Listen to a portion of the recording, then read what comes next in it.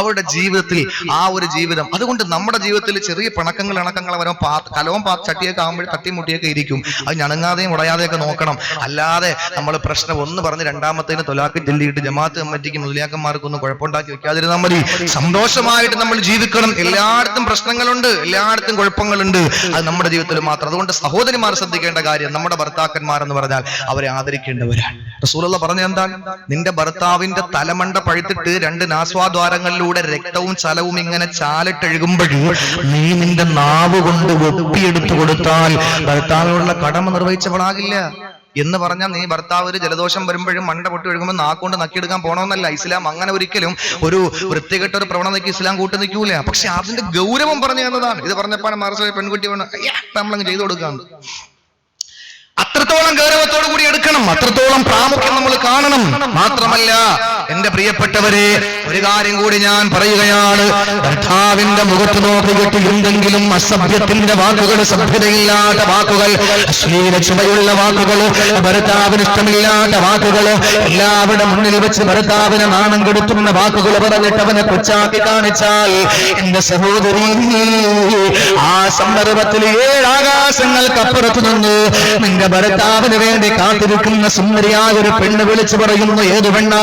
ഒരു കാര്യം ഞാൻ എന്റെ പെങ്ങന്മാരോട് പറയട്ടെ, പുരുഷന്മാരാകുന്ന ഭർത്താക്കന്മാരോട് നന്ദികേട് കാണിച്ച് അവരെ പറ്റിയിട്ട് മോശമായ വർത്തമാനങ്ങൾ പറഞ്ഞു അവരെ വരച്ചവരൊക്കെ നിർത്താൻ ശ്രമിച്ചാൽ ഒരു കാര്യം മനസ്സിലാക്കിക്കോ, ചോദിക്കാനും പറയാനും ആളുള്ളവരാണ് പുരുഷന്മാര്, ഭർത്താക്കന്മാര്. ആരാണെന്നറിയോ? എന്റെ പ്രിയപ്പെട്ട സഹോദരിമാര് പ്രത്യേകം മനസ്സിലാക്കിക്കോ. നീ നിന്റെ ഭർത്താവിന്റെ മുഖത്ത് നോക്കിയിട്ട് അവനിഷ്ടമില്ലാത്ത ഒരു കാര്യം നീ പറഞ്ഞു കഴിഞ്ഞാൽ അല്ലാഹുവിന്റെ റസൂൽ പറയുന്നു, അതാ നിനക്ക് നിന്റെ ഭർത്താവിന് വേണ്ടിയിട്ട് കാത്തിരിക്കുന്ന ഖുറാനികളായ സ്ത്രീകളില്ലേ, അവർക്കുള്ള മുൻപല്ലിന്റെ ലങ്ങൾ കണ്ട് ജിബ്രീൽ പോലും അമ്പരം നീട്ടുണ്ട്. ദുനിയാവിലെ സ്ത്രീകളെ പോലെയാണോ ഖുറാനികളായ സ്ത്രീകള്? എന്റെ യുവാക്കളെ, രക്തത്തിളപ്പുള്ള യുവാക്കളെ, വിപ്ലവബുദ്ധിയുള്ള യുവാക്കളെ, എന്തിനും തയ്യാറായിരിക്കുന്ന യുവാക്കളെ, വെയിറ്റിംഗ് ഷെഡിൽ ബസ് കാത്ത് നിൽക്കുന്ന തൊലിവെളുപ്പുള്ള പെണ്ണിനെ നോക്കിയിട്ട് നിന്റെ ആദർശത്തെ പണയം വെക്കല്ലടാ. അന്യ സമുദായത്തിന്റെ പെണ്ണിനെ കണ്ടിട്ട് പുറകെ പോയിട്ട് നിന്റെ മതത്തെ പറ്റിയിട്ട് നീ മോശമാക്കി കാണിക്കല്ലേ. ആലോചിച്ചോ, ഇതൊക്കെ ചെയ്യാതിരുന്നാൽ നിനക്കൊരു സുന്ദരിയായ പെണ്ണിനെ അല്ലാഹു വെച്ചിട്ടുണ്ട്. ആ സ്ത്രീയുടെ സൗന്ദര്യത്തിന്റെ 1000 കോടിയുള്ളൊരു അംശം ഈ പരുത്തിക്കുഴിയിലെയും പള്ളിത്തെരുവിലെയും ദുനിയാവിലെയും സ്ത്രീകൾക്ക് അല്ലാഹു കൊടുത്തിട്ടില്ല. കാലിന്റെ മാംസത്തിലൂടെ, കാലിന്റെ തൊലിയിലൂടെ, കാലിന്റെ രോമത്തിലൂടെ കാലിന്റെ തൊലി കാണാ, തൊലിയിലൂടെ അകത്തുള്ള മാംസം കാണാ, മാംസത്തിലൂടെ അകത്തുള്ള മജ്ജ കാണാ, എല്ല് കാണാ, എല്ലിലൂടെ അതിനകത്തുള്ള മജ്ജ കാണാ. അത്രത്തോളം സുന്ദരികളായ സുമുഖികളായ സ്ത്രീകളാണ് ഹൂറാനികള്. എന്റെ സഹോദരിമാരെ, ഹൂറുൽ ഐൻ എന്ന് പറഞ്ഞാൽ തന്നെ കണ്ണ് വലിയവളെന്നാണ്. ആകർഷണീയമായ അട്രാക്ഷനുള്ള കണ്ണുകളുള്ള സുന്ദരികളായ സ്ത്രീകളിൽപ്പെട്ട ഹൂറാനികളിൽപ്പെട്ട നിന്റെ ഭർത്താവിന് വേണ്ടി പടച്ചതമ്പുരാന് തയ്യാറാക്കി വെച്ചിട്ടുള്ള ഹൂറിയായ സ്ത്രീ ഉണ്ടല്ലോ, നിന്നോട് പറയുന്നു പെണ്ണേ, പള്ളിത്തെരുവിലെ താത്ത, നിന്റെ ഭർത്താവിനെ നീ ബുദ്ധിമുട്ടിക്കേണ്ട പെണ്ണേ, കാത്തലക്കില്ല, അല്ല നിന്നെ വെറുതെ വിടുമെന്ന് നീ ചിന്തിക്കണ്ട. 40 കൊല്ലം 50 കൊല്ലം 60 കൊല്ലം നിന്റെ കൂടെ ജീവിക്കാൻ വേണ്ടി വന്നവനാണ് അവന്. ഞങ്ങളിലേക്ക് നിന്നെ വേർപെട്ടു വരാനിതാ അടുത്തിരിക്കുകയാണ്. അവന്റെ ആത്മാവ് ശരീരത്തോടൊന്ന് വിട ചൊല്ലിക്കഴിഞ്ഞാ പിന്നെ ഞങ്ങൾക്ക് സ്വന്തമാണ് നിന്റെ ഭർത്താവ്. അതുകൊണ്ട് തൊട്ടുപോകല്ലേ, ചോദിക്കാനും പറയാനും ഞങ്ങളുണ്ട് എന്ന് 7 ആകാശങ്ങൾക്കപ്പുറത്ത് സ്വർഗത്തിന്റെ സുന്ദരമായ പരദീസകളിൽ ആറാടുന്ന സുന്ദരികളായ സുമുഖികളായ ആ ഹൂറാനികളായ സ്ത്രീകളിൽപ്പെട്ട നിന്റെ ഭർത്താവിന് അല്ലാഹു തയ്യാറാക്കി വെച്ചിട്ടുള്ള സ്ത്രീ നിന്നോട് വിളിച്ചു പറയുമെന്ന് റസൂലുള്ളാഹി പറഞ്ഞെങ്കിൽ, അതുകൊണ്ടല്ലേ എന്റെ സഹോദരിമാരെ, ഭർത്താക്കന്മാര് നമ്മുടെ ഭർത്താവാണ്, നമ്മുടെ എല്ലാമാണ്, നമ്മുടെ രാത്രികളെ ധന്യമാക്കി മാറ്റുന്നവരാ. എന്റെ മാണ്ടത്തിന്റെ ഭാര്യയുടെ സുഗന്ധം ഏറ്റുവാങ്ങിയവനാണ്, എന്റെ അരുമ സന്താനങ്ങളുടെ പിതാവാണ് എന്ന് കരുതിയിട്ട് എന്തും ചെയ്യാമെന്ന് ധരിക്കല്ലേ. അതുകൊണ്ടാണ് മരിച്ചു 3 കഷ്ണം തുണിയിൽ പൊതിഞ്ഞ് 3 വെള്ളത്തുണിയിൽ പൊതിഞ്ഞ് 3 കെട്ടും കെട്ടിയിട്ട് പള്ളിക്കാട്ടിൽ 6 കാലുള്ള കട്ടിലെടുത്ത് കിടത്തിയിട്ട് പള്ളിക്കാട്ടിൽ കൊണ്ടുവെക്കുമ്പോൾ നമസ്കരിക്കുന്നവര് ദ്വാരക്കുന്നില്ലേ, അല്ലാഹുമ്മ അബ്ദിഹാ സൗജന ഖൈറൻ മിന സൗജിഹാ. അല്ലാഹുവേ, ഇവിടത്തെ ഇണയെക്കാൾ സുന്ദരിയായ ഒരു ഇണയെ, സുന്ദരിയായ ഒരു ഭാര്യയെ അവിടെ നൽകണേ റഹ്മാനേ എന്ന് ദ്വാരക്കുന്നത് എന്തുകൊണ്ടാ? എന്റെ സഹോദരിമാരെ, നിങ്ങളുടെ ഭർത്താക്കന്മാരെ സ്വർഗത്തിൽ നിങ്ങൾക്ക് കിട്ടും. ശരി തന്നെ. ഹും വസ്വാജുഹും ഫീ ളിലാലിൻ അലൽ അറായികി മുത്തഖിഊൻ. കാര്യം ശരി തന്നെ. നിങ്ങൾ നിങ്ങളുടെ ഇണകളും നാളെ സ്വർഗത്തിന്റെ ചാരുകസേരയിൽ ചാരിയിരിക്കുമെന്ന് ഖുർആൻ പറഞ്ഞെങ്കിൽ ശരി തന്നെ. പക്ഷേ നിങ്ങളുടെ ഭർത്താക്കന്മാർക്ക് നിങ്ങളല്ലാത്ത ചില ഭാര്യമാര് കൂടി എവിടെയുണ്ട്. അവരുടെ പേരാണ് ഹൂറുൽ ഈൻ. നമ്മൾ മാത്രമല്ല. അതുകൊണ്ട് അവർ നിങ്ങളോട് പറയും, തൊട്ട് പോകരുത്, സൂക്ഷിച്ച് കളിക്കണം. ഇത് നിങ്ങൾക്ക് പറയാൻ പറ്റൂല, എനിക്ക് ധൈര്യമായിട്ട് പറയാം. കാരണം എന്താ? എന്റെ ഭാര്യ ഇവിടെ ഇല്ല. നിങ്ങളുടെ ഭാര്യയുടെ നിങ്ങൾ പറയാം, ചോദിക്കാനും പറയാൻ ആളുണ്ട് കേട്ടാ എന്ന് പറഞ്ഞാൽ അവൾ പറയും, ചുമ്മാതല്ല 2-3 മാസം കൊണ്ട് ഫോൺ വരുമ്പോ കിണറിന്റെ മുകളിലോട്ട് ഓടുന്നത് എന്ന് അവൾ പറയും. അതുകൊണ്ട് എന്റെ പ്രിയപ്പെട്ടവരെ, നമുക്ക് ധൈര്യമായിട്ടിരിക്കാം. അള്ളാഹുവിന്റെ നമ്മുടെ സഹോദരിമാർക്ക് അല്ല പുറത്തു കൊടുക്കട്ടെ.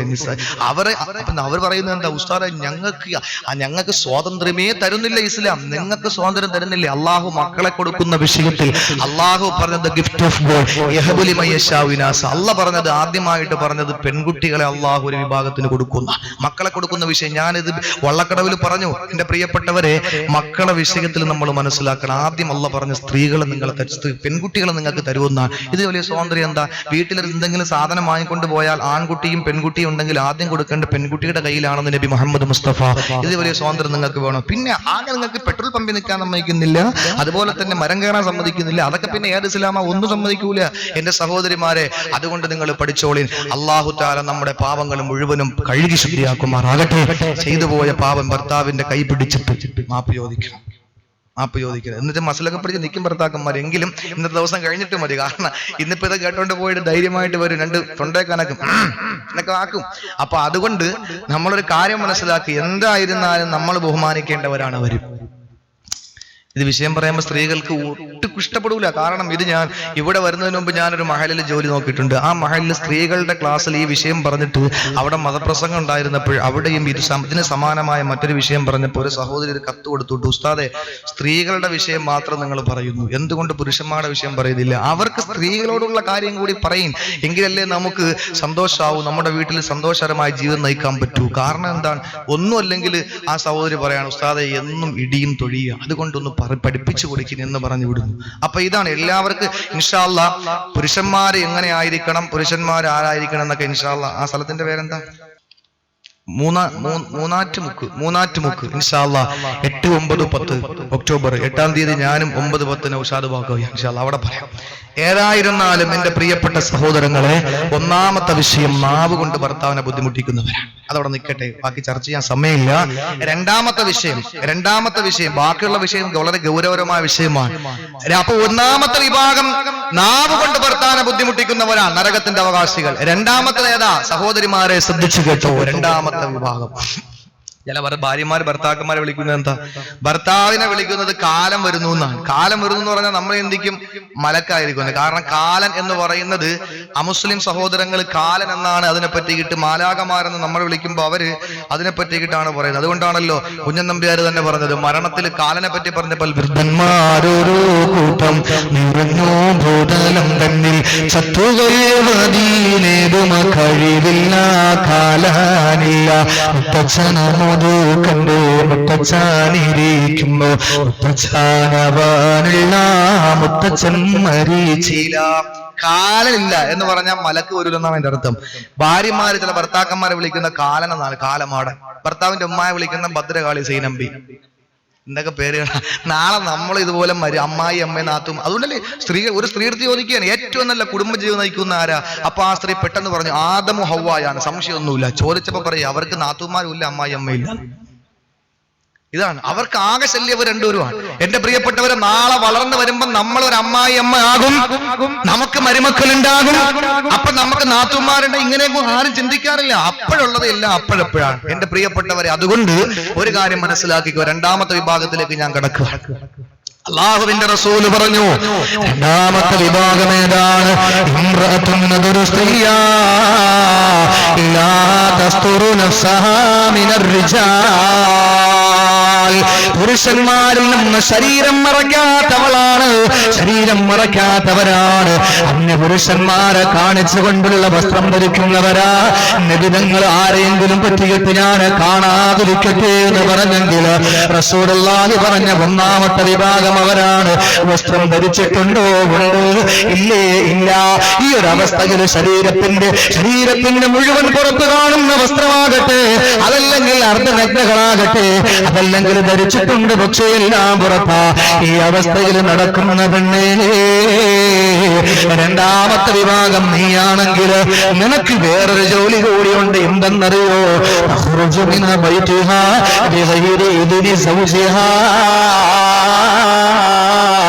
ഭർത്താവിന്റെ അനുവാദമില്ലാതെ വീട് വിട്ട് പുറത്തു പോകുന്നവളാ. സർക്യൂട്ട് ഭർത്താവ് അറിയാതെ പുറത്തു പോവാൻ, ഭർത്താവ് അറിയാതെ പുറത്തു പോകുന്ന എങ്ങനെയാണ്? ശരീരം മറച്ചിട്ടില്ല. എന്റെ പ്രിയപ്പെട്ടവരെ, ഒരു പാട്ടിയാല ഇറങ്ങി, അത് മാറി. അത് കഴിഞ്ഞപ്പോ ഒരു അനാർക്കലി ഇറങ്ങി, അത് കഴിഞ്ഞു. പിന്നെ ഒരു മസാർക്കല്ലിയായി. രണ്ട് കൈയും നെറ്റാണ്. സുബ്ഹാനല്ലാഹ്. 2012 പിറന്നപ്പോൾ അള്ളാഹു തആല പെട്ടെന്ന് വേറൊരു വസ്ത്രം ഇറക്കി. ഇല്ലെങ്കിൽ ശരീരം മുഴുവൻ നെറ്റാവുന്ന വസ്ത്രം അവരിടുമായിരുന്നു. മൂന്നാമതിറങ്ങിയ വസ്ത്രത്തിന്റെ പേരെന്താ? Mary lamp. Mary lamp. എല്ലാവരും 90 വയസ്സായ ഉമ്മാമായും പോയി ചോദിക്കുന്നത് മേരിക്കൊണ്ടൊരു കുഞ്ഞാടുണ്ടാകുന്ന. കടക്കാർ പറയും വാപ്പാക്കൊരു കുട്ടനാട് മാത്രം ഉണ്ടാകുന്ന ഉളുഹിയെ കറുത്തെന്ന് പറയും. എല്ലാവർക്കും ഇതാണ് വേണ്ടത്. എന്റെ പ്രിയപ്പെട്ടവരെ, ഇപ്പോ ഒരെണ്ണം ഇറങ്ങിയിട്ടുണ്ട്, മുഹബ്ബത്ത്. എന്തൊക്കെ വസ്ത്രങ്ങളാണ്! എല്ലാവരും വന്നിട്ട് പറയും, ഭയങ്കര സന്തോഷത്തോടെയും ഭയങ്കര ഇസ്സത്തോടെയും പറയും, എന്റെ മകളെ അവള് ഫുൾ കൈയാണ് എന്ന് പറയുമ്പോ അതുവഴി പോകുമ്പോ കാണാം ഫുൾ കൈ എന്ന് പറഞ്ഞാൽ ഫുൾ കൈ പുറത്തുനിന്ന്. എന്റെ പ്രിയപ്പെട്ടവരെ, ഈ വസ്ത്രം ധരിക്കുന്നു നാണമില്ലേ നമുക്ക്? എന്റെ സഹോദരിമാരെ, അതുകൊണ്ട് ഒരു കാര്യം മനസ്സിലാക്കിക്കോ. ബിസ്മില്ലാഹിർ മൈക്കാണ്ട് വെള്ളമൊന്നും വേണ്ട. 2000 കുറഞ്ഞില്ലേ മൈക്കിന്റെ വാട? മിനിങ്ങാന്ന് പ്രസംഗിച്ചത് കളമശ്ശേരിയിലാണ്. കത്താതെ ഇപ്പോഴും നിൽക്കുന്ന ഒരു ബസ് ഉണ്ടല്ലോ അവിടെ. ആ കളമശ്ശേരി പ്രസംഗിക്കുമ്പോൾ മൈക്ക് സെറ്റാർ അപ്പോഴും ഇങ്ങനെ പറയും, പറ്റി പറയും ഉസ്താദ്. അവസാനം പ്രസിഡന്റ് വന്നിട്ട് പറഞ്ഞു, ഉസ്താദ് 5 വട്ടം പറഞ്ഞു, 1000 രൂപ വെച്ച് കൂട്ടിയാലും 5000 രൂപ കുറഞ്ഞു. പിന്നെ അവസാനം പാവപ്പെട്ടവരല്ലേ, അല്ലാഹു തആല എന്തായിരുന്നാലും എല്ലാ ഉസ്താദന്മാരും ഇങ്ങോട്ട് വരുമ്പോൾ പറയുന്ന ബിസ്മില്ലാഹിന്റെ കാര്യം. എന്റെ പ്രിയപ്പെട്ടവരെ, അതുകൊണ്ട് രണ്ടാമത്തെ വിഭാഗം ശരീരം മറയ്ക്കാത്തവരാണ്. മാത്രമല്ല അനുവാദമില്ലാതെ പുറത്തു പോകുന്നവരാണ്. അനുവാദമില്ലാതെ പുറത്ത് ശരീരം മറയ്ക്കുന്ന വിഷയമൊന്നും പറയാനുള്ള ടൈം നമുക്കില്ല. ഒരു പക്ഷേ ഞാൻ പറയുമ്പോൾ അത് നാളെ ഇവിടെ ചർച്ചയായേക്കാം. അതുകൊണ്ട് ഞാൻ ആ വിഷയത്തിലേക്ക് കടക്കുന്നില്ല. എന്നായിരുന്നാലും ഒരു കാര്യം പറയാം. ഏതെങ്കിലും ഒരു സ്ത്രീ അവള് വസ്ത്രം ധരിക്കുമ്പോൾ ഏതെങ്കിലും ഒരു പുരുഷന്റെ വികാരത്തെ ഇളക്കി വിടുന്ന രീതിയിൽ ഒരു വസ്ത്രം ധരിച്ചുകൊണ്ട് നടുറോഡിലൂടെ നടന്നു പോകുമ്പോൾ ഏതെങ്കിലും ഒരു പുരുഷൻ അതിന്റെ പേരിൽ വ്യഭിചരിക്കാനിട വന്നാൽ അതിന്റെ പൂർണ്ണ ഉത്തരവാദിത്വം നീയാണ്. സംശയമില്ലാത്ത കാര്യമാണ്. അതിന്റെ പൂർണ്ണ ഉത്തരവാദിത്വം ആ സ്ത്രീ ഏറ്റെടുക്കേണ്ടി വരും. കാരണം എന്താ? നോക്കുന്നത് മാത്രമല്ല, അല്ലാഹുവിന്റെ റസൂൽ പറയുന്ന നോക്കുന്നവനെയും നോക്കപ്പെടുന്നവരെയും അല്ലാഹു ശപിച്ചിരിക്കുന്നു. നബി മുഹമ്മദ് മുസ്തഫ. എന്തുകൊണ്ടാ? വഴിയിൽ നിൽക്കുന്ന നോക്കുന്നവരെ മാത്രമല്ല, നോക്കണമെങ്കിൽ നിനക്ക് നോക്കണമെങ്കിൽ മറ്റുള്ളവർ എന്നോട് നോക്കട്ടെ എന്ന് പറഞ്ഞിട്ടാ പോകുന്നത്.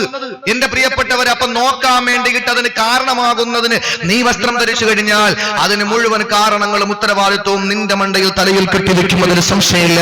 അതുകൊണ്ട് അടങ്ങി ഒതുങ്ങി കഴിഞ്ഞോ. വിശാലമായിട്ട് ഞാൻ ആ വസ്ത്രദാനത്തെ പറ്റി പറയുന്നില്ല. എന്റെ സഹോദരിമാര്, എന്ത് അന്തസ്സുള്ള വസ്ത്രമാണ്, എന്ത് അന്തസ്സുള്ള വസ്ത്രമാണ് പർദ്ദയും ധരിച്ച് റാഹത്തായിട്ട് നടക്കുക. ഒരു സ്ഥലത്ത് പ്രസംഗത്തിന് പോകുമ്പോ പ്രത്യേകമായി എന്നോട് പറഞ്ഞു, ഉസ്താദേ ഔറത്തിന്റെ കാര്യമൊന്നും പറയണ്ട, പർദ്ദ ധരിച്ച് നടക്കുന്ന സ്ത്രീകളെ പറ്റി കിട്ടി. ഇവിടെ ഒരു വിഭാഗം സ്ത്രീകൾ പറയുന്നു പർദ്ദ ധരിച്ചവരൊക്കെ ശരിയാണ്, പർദ്ദ ധരിച്ചവരൊക്കെ ശരിയാണ്. ദാടി വെച്ച് പോയാൽ പറയുന്നത് എന്താ? ദാടിക്കാരന്മാരെല്ലാം ശരിയാണെന്നാ പറയുന്നത്. പറയുന്നത്. എന്റെ പ്രിയപ്പെട്ടവരെ, ആരെങ്കിലും എന്തെങ്കിലും ചെയ്തു എന്ന് പറഞ്ഞിട്ട് മൊത്തം അവിടെ മണ്ടേ കെട്ടിവെക്കാൻ പറ്റുമോ? നടന്ന് പെണ്ണ് കെട്ടുന്ന ഒരാളെ കണ്ടിട്ട് നിക്കാഹ് ഹറാമാണെന്ന് പറയാൻ പറ്റുമോ? എന്റെ പ്രിയപ്പെട്ടവരെ, അങ്ങനെയൊന്നുമില്ല. അതുകൊണ്ട് നമ്മളൊരു കാര്യം മനസ്സിലാക്കണം, പരിപൂർണമായി ഈ ഔറത്തും. ഈ അടുത്ത സമയത്ത് പത്രത്തിലൊരു വാർത്ത വന്ന്, എഡിറ്റോറിയൽ പേജിൽ വലിയൊരു വാർത്തയായിരുന്നു, സ്ത്രീ വസ്ത്രധാരണം പുരുഷനെ കണ്ട് പഠിക്കട്ടെ എന്ന് പറഞ്ഞാൽ ജീൻസ് പാന്റ് ഇടണമെന്നല്ല, ഒരു പുരുഷന് അനുവദിച്ചിട്ടുള്ളതിനേക്കാളും അപ്പുറം ധരിക്കാം. നമ്മളെ നോക്കേണ്ട പ്രിയപ്പെട്ടവരെ, പുരുഷന്മാരെ നോക്ക് സഹോദരിമാരെ, എങ്ങനെയാണ് അവര് ധരിക്കുന്നത്? എങ്ങനെയാണ്? ശരീരം ആകെ മുട്ട് മുതൽ, ഷാഫി മദ്ഹബിൽ പ്രകാരം മുട്ട് മുതൽ, അല്ല അവര് വസ്ത്രവിധാനത്തിൽ മുട്ട് മുതൽ പൊക്കിള് വരെ, അത് മാത്രമേ പുരുഷന്മാർക്ക് നിർബന്ധമുള്ളൂ. ബാക്കിയൊക്കെ അവരെ അധികം ചെയ്യുന്നതാണ്. എന്റെ പ്രിയപ്പെട്ടവരെ, പിന്നെ മറ്റുള്ള മാന്യത മറയ്ക്കാൻ വേണ്ടിയിട്ടും അവരുടെ ഔറത്ത് മറയ്ക്കുന്നു, നാണം മറയ്ക്കാൻ വേണ്ടിയിട്ട് അവർ ഔറത്ത് മറയ്ക്കുന്നു. പക്ഷെ സ്ത്രീക്ക് അല്ലാഹു കൊടുത്തുള്ള ശരീരം മുഴുവനുമാണ്. എന്റെ പ്രിയപ്പെട്ടവരെ, ഇന്ന് ഇത് നേരെ തിരിച്ചായിപ്പോയി വസ്ത്രം ധരിക്കുന്നത്. ആണിന്റെ വസ്ത്രം, പിന്നെ ഇത് സ്ത്രീയുടേത് പുരുഷനായി മാറിയിരിക്കാൻ. എന്റെ പ്രിയപ്പെട്ടവരെ, ഒരു ബൈക്കിൽ യാത്ര ചെയ്യുന്ന ഒരു ദമ്പതികൾ, വിവാഹം കഴിഞ്ഞു, ബൈക്കൊക്കെ എടുത്തു കൊടുത്തു പെണ്ണിന്റെ വാപ്പ. ആ ബൈക്കിൽ യൂറോപ്യൻ ക്ലോസറ്റ് ഇരിക്കുമ്പോൾ എങ്ങനെ ഇരുന്ന് പോവാ, പുറകിൽ ഭാര്യയും കൊണ്ട് ആ പോകുന്ന ഭർത്താവ് എങ്ങനെയാ പോകുന്നത്? കയ്യിൽ തണുപ്പായതുകൊണ്ട് ഗ്ലൗസ് ഇട്ടിരിക്കുന്നു, ഫുൾ കൈയാണ്, പാന്റ് ധരിച്ചിരിക്കുന്നു, ഇൻഷർട്ട് ചെയ്തിരിക്കുന്നു, ഷൂ ധരിച്ചിരിക്കുന്നു, സോക്സ് ധരിച്ചിരിക്കുന്നു, തലയിൽ ഹെൽമറ്റും വെച്ചിരിക്കുന്നു. പിന്നെ എവിടെ അവന് പുറത്തുള്ളത്? ഒന്നുമില്ല. പക്ഷെ ബാക്കിരിക്കുന്ന ഭാര്യയുടെ അവസ്ഥ നോക്കണം. എന്റെ പ്രിയപ്പെട്ടവരെ, വിശാലമായിട്ട് ഞാൻ അതിന്റെ വ്യാപ്തിയെ പറ്റിയിട്ടൊന്നും പറയുന്നില്ല എന്റെ സഹോദരങ്ങളെ. അതുകൊണ്ട് ഞാൻ ഒറ്റ കാര്യം പറയുന്നു, ഔറത്ത് മറയ്ക്കുന്ന വിഷയത്തിൽ എല്ലാ സ്ത്രീകളും പറയുന്നത്, ഉസ്താദെ ഔറത്ത് ഞങ്ങൾ കഴുത്ത് മുതൽ താഴോട്ടല്ലേ അതൊക്കെ മറച്ചിട്ടുള്ളൂ, പിന്നെ ഈ തല അത് എന്റെ ഒരു സ്റ്റൈലാണ്. എന്റെ വീട്ടിന്റെ മുന്നിൽ ആദ്യമായി പൂത്ത ആ പിച്ചിപ്പൂവിന്റെ, മുല്ലപ്പൂവിന്റെ ഒരു മാല ഉണ്ടാക്കിയിട്ട് എന്റെ തലയിൽ വെച്ചുകൊണ്ട് പോകുമ്പോ ഞാൻ പിന്നെ എങ്ങനെ ഉസ്താദെ? അല്ലെങ്കിൽ എന്റെ മകള് വാപ്പ കൊടുത്തേച്ച ബോയല്ലേ തലയിൽ വെച്ചിരിക്കുന്നത്, എല്ലാവരും ഒന്ന് കാണട്ടെ എന്ന് പറഞ്ഞിട്ട് തല തുറന്നിട്ടാൽ ഒരു മുടി നീ തുറന്നിട്ടുള്ള അവസ്ഥ. ഒരു കാര്യം ഉറപ്പാണ്, നിന്റെ കൂടെ അള്ളാഹുവിന്റെ മലക്കുകൾ ഉണ്ടാവില്ല. രണ്ട് വീട്ടിൽ അള്ളാഹുവിന്റെ റഹ്മത്തിന്റെ മലക്കെടുക്കൂല. ഒന്ന് പട്ടിയുള്ള വീട്ടിലും, നാളെ പട്ടിയാണ് വിഷയം അല്ലേ? ഖുർആനിലെ നായ. എന്റെ സഹോദരങ്ങളെ, കബീർ ഉസ്താദ് എല്ലാം ഖുർആനുമായി ബന്ധപ്പെട്ടാ പറയുന്നത്. അൻവാറശ്ശേരിയില് അടുത്ത സമയത്ത് ഒരു പ്രശ്നം ഉണ്ടാവും. അവിടുത്തെ വിഷയം ഖുർആനും മഅദനിയും. ഖുർആൻ ഇത്രത്തോളം കൈകാര്യം ചെയ്യാനും ഖുർആനിനെ പറ്റി ആധികാരികമായി പഠിച്ച് ഞങ്ങളൊക്കെ അത്ഭുതപ്പെട്ടവരുണ്ട്. വായും തുറന്നിരുന്നിട്ടുണ്ട് അദ്ദേഹത്തിന്റെ വായിന്ന് വീണിട്ടിട്ട്. അല്ലാഹു തആല ദീർഘായുസ്സും എല്ലാം അല്ലാഹു തആല ഇൽമും എല്ലാം കൊടുത്ത് അല്ലാഹു അനുഗ്രഹിക്കട്ടെ. എന്റെ പ്രിയപ്പെട്ട രണ്ട് സുഹൃത്തുക്കളാണ് ഉസ്താദ് ബാക്കവി ഉസ്താദും അഹ്മദ് കബീർ ഉസ്താദ്. എന്റെ പ്രിയപ്പെട്ടവരെ, അതുകൊണ്ട് നായ ഉള്ള വീട്ടിൽ അള്ളാഹുവിന്റെ റഹ്മത്തിന്റെ മലക്കെടുക്കൂല. അതുപോലെ അള്ളാഹുവിന്റെ റസൂല് പറഞ്ഞു, ഒരു രൂപം ഉള്ള വീട്ടിൽ ഫോട്ടോ വെച്ചിരിക്കാൻ, ദുബായിൽ നിൽക്കുന്ന ഭർത്താവിന്റെ ഫോട്ടോ വെച്ചിരിക്കാൻ ഹാളിൽ തന്നെ വെച്ചിട്ടുണ്ട്. ബാത്റൂമിൽ നിന്ന് ഇറങ്ങിയാലും കാണാം, അടുക്കളയിൽ നിന്ന് കയറിയാലും കാണാം, സിറ്റ് ഔട്ടിൽ നിന്ന് കയറിയാലും കാണാം, ബെഡ്റൂമിൽ നിന്ന് ഇറങ്ങിയാലും കാണാം. രാവിലെ എന്നും കാണാൻ വേണ്ടിയിട്ട് വെച്ചിരിക്കാം. നിന്റെ ഭർത്താവിനെ പറ്റി ഒന്നും ഓർമ്മ ഉണ്ടാകും, പക്ഷേ റഹ്മത്തിന്റെ മലക്കെടുക്കൂല. അള്ളാഹുവിന്റെ കോടിക്കണക്കായ മാലാകമാര്, ആ മാലാകമാരുടെ എണ്ണം നിങ്ങൾക്കറിയോ എന്റെ സഹോദരങ്ങളെ? 7 ആകാശങ്ങൾ, ഒന്നാം ആകാശത്ത്, കഅബാലയത്തിന്റെ നേരെ മുകളിൽ ഒന്നാം ആകാശത്ത് ഒരു ഗേഹമുണ്ട്, പേര് ബൈത്തുൽ മഅമൂർ. ആ ബൈത്തുൽ മഅമൂറിൽ നിന്ന് ഒരു ചരൽക്കല്ലെടുത്തിട്ടാൽ അത് നേരെ വന്ന് വീഴുന്നത് കറുത്തകല്ലായ ആ പരിശുദ്ധമായ കഅബാലയത്തിന്റെ നടുവിലാണ്. അങ്ങനെയുള്ള ബൈത്തുൽ മഅമൂറിനകത്ത് ഇബാദത്തെടുക്കുന്നത് അള്ളാഹുവിന്റെ മലക്കുകളാണ്. ഒരു ടൈമിൽ ഇബാദത്തെടുക്കുന്ന മലക്കുകളുടെ എണ്ണം 70,000 മലക്കുകൾ ഒരു സമയം അതിനകത്ത് കയറി ഇബാദത്തെടുക്കും. ഒരിക്കൽ ഇബാദത്തെടുത്ത മലക്കിന് പിന്നെ ഖിയാമത്ത് നാൾ വരെ അതിനകത്ത് കയറാനുള്ള ഭാഗ്യമില്ല. എന്നാൽ ലോകാവസാനം വരെയും അവിടെ ഇബാദത്ത് നടന്നുകൊണ്ടിരിക്കും. അപ്പൊ എന്തുമാത്രം മലക്കുകളുണ്ടെന്ന് ആലോചിച്ച് നോക്കിയേ. ഈ മാലാഖമാരിൽ ഒരു വിഭാഗത്തിന്റെ പേരെന്താണെന്നറിയോ? പ്രൊട്ടക്ഷന്റെ മാലാഖമാരെന്നാണ്, സംരക്ഷണത്തിന്റെ മാലാഖമാരെന്നാണ്. ആരെയാണ് സംരക്ഷിക്കുന്നത്? ആരെയാണ് പ്രൊട്ടക്ട് ചെയ്യുന്നത്? പ്രൊട്ടക്ഷന്റെ മാലാഖമാരെന്നാണ്, സംരക്ഷണത്തിന്റെ മാലാഖമാരെന്നാണ്. ആരെയാണ് സംരക്ഷിക്കുന്നത്? ആരെയാണ് പ്രൊട്ടക്ട് ചെയ്യുന്നത്? യഹ്ഫളൂനൽ മുഅ്മിനീന വൽ മുഅ്മിനാത്ത്, വിശ്വാസികളെയും വിശ്വാസിനികളെയും അത് പ്രൊട്ടക്ട് ചെയ്യുകയാണ്. ആ വിശ്വാസികളെയും വിശ്വാസിനികളെയും സംരക്ഷിക്കുന്ന മലക്കുകളുടെ പേരാണ് ആ ഹഫളത്തിന്റെ മാലാഖമാര്. ആപത്തിൽ നിന്ന്, അപകടങ്ങളിൽ നിന്ന് രക്ഷപ്പെടുത്താൻ രക്ഷപ്പെടുത്താൻ വേണ്ടി അള്ളാഹു ഒരു വിഭാഗത്തെ ഇറക്കിയിട്ടുണ്ട്. ഈ മലക്കുകളാണ് അടുക്കൂല എന്ന് പറഞ്ഞ 2 വീട്ടില്. മൂന്നാമത് എന്റെ ഇടതുഭാഗത്തും വലതുഭാഗത്തും ഒക്കെ ഇരിക്കുന്ന സഹോദരിമാരുടെ കൂട്ടത്തിലാണ്. ഏത് സഹോദരിമാരാണ്? അള്ളാഹുവിന്റെ റസൂലിന്റെ പ്രവാചകന്റെ പ്രബോധനത്തിന്റെ പ്രചരണത്തിന്റെ പ്രഥമഘട്ടം ഖദീജ റളിയല്ലാഹു തആല അൻഹ നബി തങ്ങളുടെ പ്രിയപ്പെട്ട ഭാര്യ. ഖദീജ റളിയല്ലാഹുവിന്റെ അടുക്കലേക്കാണ് ഓടി വന്നത്. പരിശുദ്ധമായ കഅബാലയത്തിൽ നിന്ന് 5 കിലോമീറ്റർ അപ്പുറത്തുള്ള ജബലുന്നൂർ 1 മണിക്കൂർ യാത്ര ചെയ്താൽ മാത്രം താഴെ നിന്ന് മുകളിലെത്തും. എന്റെ പ്രിയപ്പെട്ടവരെ, അങ്ങനെയുള്ള ജബലുന്നൂറിന്റെ മുകളിൽ ഹിറാ ഗുഹയിൽ 4 ഭാഗത്ത് പാറകൾ കൊണ്ട് നിർമ്മിക്കപ്പെട്ട, അതല്ലെങ്കിൽ പാറകളാൽ ആവരണം ചെയ്യപ്പെട്ട ഗുഹയ്ക്കകത്ത് അല്ലാഹുവിന്റെ റസൂൽ ധ്യാന നിമഗ്നനായിരിക്കുമ്പോഴാ ജിബ്രീൽ എന്ന മാലാഖ ഇറങ്ങി വരുന്നത്. പേടിച്ച് ഓടി വന്ന് ഖദീജ റളിയല്ലാഹുവിന്റെ അടുക്കലേക്ക്. നമ്മൾ ആലോചിക്കണം, ഇന്നത്തെ പോലെ സംവിധാനങ്ങളൊന്നുമില്ല. കല്ലുകളും മുള്ളുകളും നിറഞ്ഞ ആ മലയോരത്തു കൂടി റസൂലുള്ള ഓടി ഓടി ഓടി ഓടി ഇപ്പോഴത്തന്നെ ഒറ്റയ്ക്ക് അവിടെ പോയാൽ പേടിച്ചു പോകുന്ന അവസ്ഥയാണ്. ഇത്രയും പുരോഗമനങ്ങൾ ഉണ്ടായിട്ട് ആ ഒരവസ്ഥയിൽ ഓടി അങ്ങ് ചെന്നിട്ട് പറഞ്ഞു, ഖദീജ സമ്മിലൂനി ഖദീജ, എന്നെ ഒന്ന് പെട്ടെന്ന് പുതച്ചേ, എനിക്ക് വല്ലാതെ കിടുങ്ങലാണ് പണിയാണ്. നമ്മുടെ ഭാര്യമാരുടെ അടുക്കൽ നമ്മൾ ഓടി വന്നിട്ട് പറയാൻ, പുതപ്പിട്ടൊന്ന് മൂടിത്താ പേടിച്ചു എന്ന് പറഞ്ഞാൽ ചോദിക്കും, എവിടെ പോയിട്ടാ വന്നത് പേടിച്ചത് എന്ന് ചോദിക്കും. അള്ളാഹുവിന്റെ റസൂലിനെ പുതച്ചു കൊടുത്തു ഖദീജ റളിയല്ലാഹു അൻഹ. പുതച്ചു മൂടിയിട്ട് പറഞ്ഞു, നബി നിങ്ങൾ വിഷമിക്കണ്ട. എന്നിട്ട് നബി തങ്ങളുടെ വിശേഷണങ്ങളൊക്കെ ഇങ്ങനെ പറഞ്ഞു കൊടുത്തു. അവസാനം പറഞ്ഞു, ഒരവസരത്തിൽ ഒരു ദിവസം വന്നിട്ട് പറഞ്ഞു, ഖദീജ റളിയല്ലാഹു അൻഹ പറഞ്ഞു, നബിയെ എനിക്കൊരു ആഗ്രഹമുണ്ട്, സാധിപ്പിച്ചു തരും. മൂന്നാമത്തെ വിഷയം അതാണ്, ഞാൻ പറഞ്ഞുതരാം. അള്ളാഹുവിന്റെ റസൂലിനോട് പറയാൻ, എനിക്കൊരു ആഗ്രഹമുണ്ട്, സാധിപ്പിച്ചു തരണം. ഖദീജ റളിയല്ലാഹു അൻഹയുടെ മൗത്ത് റസൂലുള്ളാഹി പറഞ്ഞു, എന്ത് ആഗ്രഹമാണ്? പറഞ്ഞോ, ധൈര്യമായിട്ട് പറഞ്ഞോ, ഞാനല്ലേ നിനക്ക്, ധൈര്യമായിട്ട് പറഞ്ഞോ. റസൂലുള്ളാഹിയോട് പറഞ്ഞു, നബിയെ വേറൊരു ആഗ്രഹമില്ല, ഇനി ജിബ്രീൽ വരുമ്പോ എനിക്കൊന്ന് കാണിച്ചു തരണം. അത്രയും ജിബ്രീൽ വരുമ്പോ ഒന്ന് കാണിച്ചു തരണം. നബി തങ്ങൾ പറഞ്ഞു, ഖദീജ വരട്ടെ, ഞാൻ കാണിച്ചു തരാം, നീ കാണുമെങ്കിൽ കണ്ടോ. ഒരു ദിവസം അള്ളാഹുവിന്റെ റസൂലിന്റെ അടുക്കൽ ജിബ്രീൽ കടന്നു വന്നു. ആ ഒരു സാഹചര്യത്തിൽ റസൂലുള്ള വലതുഭാഗത്തിരിക്കുന്നു, ഖദീജ റളിയല്ലാഹു അൻഹ ഇടതുഭാഗത്തിരിക്കുന്നു. ജിബ്രീൽ കടന്നു വന്നു. നബി തങ്ങൾ പറഞ്ഞു, ഖദീജ ദാ ജിബ്രീൽ വന്നിട്ടുണ്ട്, കണ്ടോ. അള്ളാഹുവിന്റെ റസൂൽ ജിബ്രീൽ വന്ന കാര്യം ഖദീജയെ ബോധിപ്പിക്കുമ്പോൾ ഖദീജ റളിയല്ലാഹു തആല അൻഹ നോക്കുന്നു, നബിയേ ഞാൻ ജിബ്രീലിനെ കാണുന്നില്ല, നബിയേ നിങ്ങൾ കാണുന്നുണ്ടോ? അതേ ഖദീജ, ഞാൻ കണ്ടുകൊണ്ടിരിക്കുകയാണ്, ജിബ്രീലിനെ നിനക്ക് കാണാൻ കഴിയുന്നില്ലേ? ഇല്ലെന്ന് പറഞ്ഞിട്ട് ഖദീജ ബുദ്ധിമതിയാണ്, കുലീനയാണ്. ആ ഖദീജ റളിയല്ലാഹു അൻഹ റസൂലുള്ളാഹിയോട് പറയുന്നു, നബിയേ നിങ്ങൾ ഇരിക്കുന്ന സ്ഥലത്തിരുന്നാലും മാത്രമേ ജിബ്രീലിനെ കാണാൻ കഴിയുള്ളെങ്കിലോ, അതുകൊണ്ട് എഴുന്നേക്കും യാ റസൂലല്ലാഹ്, ഇജ്ലിസ് അലാ യസാരി, എന്റെ ഇടതുഭാഗത്ത് വന്നിരിക്കും നബിയേ, നിങ്ങൾ ഇരുന്ന ഭാഗത്ത് ഞാൻ ഇരിക്കാം. നബിതങ്ങളെ പിടിച്ച് ഖദീജ റളിയല്ലാഹു അൻഹ ഇരുന്നെടുത്തിരുത്തി. എന്നിട്ട് നബിതങ്ങൾ ഇരുന്ന ഭാഗത്ത് ഖദീജയും ഇരുന്നു. റസൂലുള്ളാഹി കാണുന്നു, പക്ഷേ ജിബ്രീലിനെ ഖദീജയ്ക്ക് കാണാൻ കഴിയുന്നില്ല. കുറച്ചു നേരം നിശബ്ദയായിരുന്ന ഖദീജ റസൂലുള്ളാഹിയോട് പറയുന്നു, നബിയേ എനിക്ക് കാണാൻ കഴിയുന്നില്ല, ഇടവും വലവുമല്ല പ്രശ്നം, നിങ്ങൾ ഇരിക്കുന്നതിന്റെ നേരെ മുകളിലെ ജിബ്രീൽ വരോളെങ്കിലോ, അതുകൊണ്ട് യാ റസൂലല്ലാഹ് ഇജ്ലിസ് അലാ ഹിജ്രി, നബിതങ്ങളെ പിടിച്ച് എഴുന്നേൽപ്പിച്ചിട്ട് ഖദീജ റളിയല്ലാഹു അൻഹയുടെ മടിത്തട്ടിലിരുത്തി നബിയെ. നബിതങ്ങളെ പിടിച്ച് ഖദീജ മടിയിലിരുത്തുമ്പോൾ റസൂലുള്ളാഹി കാണുന്നു, പക്ഷേ ഖദീജ കാണുന്നില്ല. കുറച്ചു നേരം കഴിഞ്ഞപ്പോൾ ഖദീജ പറഞ്ഞു, നബിയേ എനിക്ക് കാണാൻ കഴിയുന്നില്ല, എന്തുകൊണ്ടാണെന്നറിയില്ല. നിങ്ങളോ നബിയേ? ഖദീജ എനിക്കിപ്പോഴും കാണാൻ കഴിയുന്നു. എല്ലാരെ വിഷമിച്ചുകൊണ്ട് കുറച്ചു നേരം നിശബ്ദയായിരുന്നു ഖദീജ റളിയല്ലാഹു അൻഹ. പെട്ടെന്ന് നബിയോട് ചോദിക്കുന്നു, നബിയേ ഇപ്പോഴും നിങ്ങൾ ജിബ്രീലിനെ കാണുന്നുണ്ടോ? അല്ലാഹുവിന്റെ റസൂൽ നോക്കുമ്പോ ജിബ്രീൽ മാഞ്ഞുപോയി. സമാധാനത്തിന്റെ മലക്ക് ജിബ്രീൽ ആ മുന്നിൽ നിന്ന് മാഞ്ഞുപോയി. റസൂലുള്ളാഹി പറഞ്ഞു, ഖദീജ ഇപ്പോഴും കാണുന്നില്ല.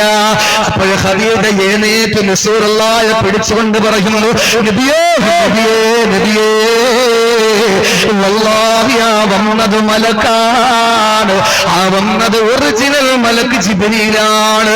എന്തേ ഖദീജ നിനക്ക് ഇത്ര ഉറപ്പ്? നബിയേ ഞാൻ വന്നത് പിശാചാണോ ജിബ്രീലാണോ മലക്കാണോ? മലക്കാണോ പിശാചാണോ എന്ന് പരിശോധിക്കാം. ഞാൻ ഒരു അടവ് പയറ്റി നബിയേ, എന്ത് തന്ത്രമാണ്, എന്ത് സൂത്രമാണ് ഖദീജ നീ പയറ്റിയത്? റസൂലുള്ളാഹിയോട് ഖദീജ പറഞ്ഞ മറുപടി കേൾക്കണോ? ഗൾഫുകാരന്റെ ഭാര്യ, അതല്ലെങ്കിൽ വിദേശ രാജ്യത്ത് പണിയെടുക്കുന്ന സഹോദരന്റെ ഭാര്യ, അതല്ലെങ്കിലോ എന്റെ സഹോദരിമാരെ എവിടെയോ ആയിക്കൊള്ളട്ടെ, നിങ്ങളുടെ ഭർത്താക്കന്മാരറിയാതെ അല്ലെങ്കിൽ ഭർത്താക്കന്മാരില്ലാത്ത കന്യാവിവാഹം കഴിയാത്ത സഹോദരിമാരെ തല തുറന്നിട്ടുകൊണ്ട് ബാക്കി മുഴുവനും ഔറപ്പാണ് എന്ന് പറഞ്ഞിട്ട് നടന്ന പർദ്ദ ധരിച്ചിട്ടുണ്ട്, ഫുൾ കൈ നൈറ്റ് ധരിച്ചിട്ടുണ്ട്, ഫുൾ കൈ ചുരിദാർ ധരിച്ചിട്ടുണ്ട്, എല്ലാം ഓക്കെയാണ്. പക്ഷേ ഉസ്താദേ, എന്റെ തലയിലാകെ 10 സെന്റിമീറ്റർ വീതിയുള്ള ഒരു തുണിയെ ഞാൻ തലയിലിട്ടിട്ടുള്ളൂ, തല മാത്രമേ മറഞ്ഞിട്ടുള്ളൂ, തലമുടി മറഞ്ഞിട്ടില്ല എന്ന് ഉസ്താദിന്റെ മുമ്പിൽ കുമ്പസരിക്കുന്ന എന്റെ പെങ്ങളെ ഖദീജ റളിയല്ലാഹു അൻഹ പറയുന്നു, നബിയേ, ഞാൻ വന്നത് പിശാചാണോ മലക്കാണോ എന്ന് പരിശോധിക്കാം.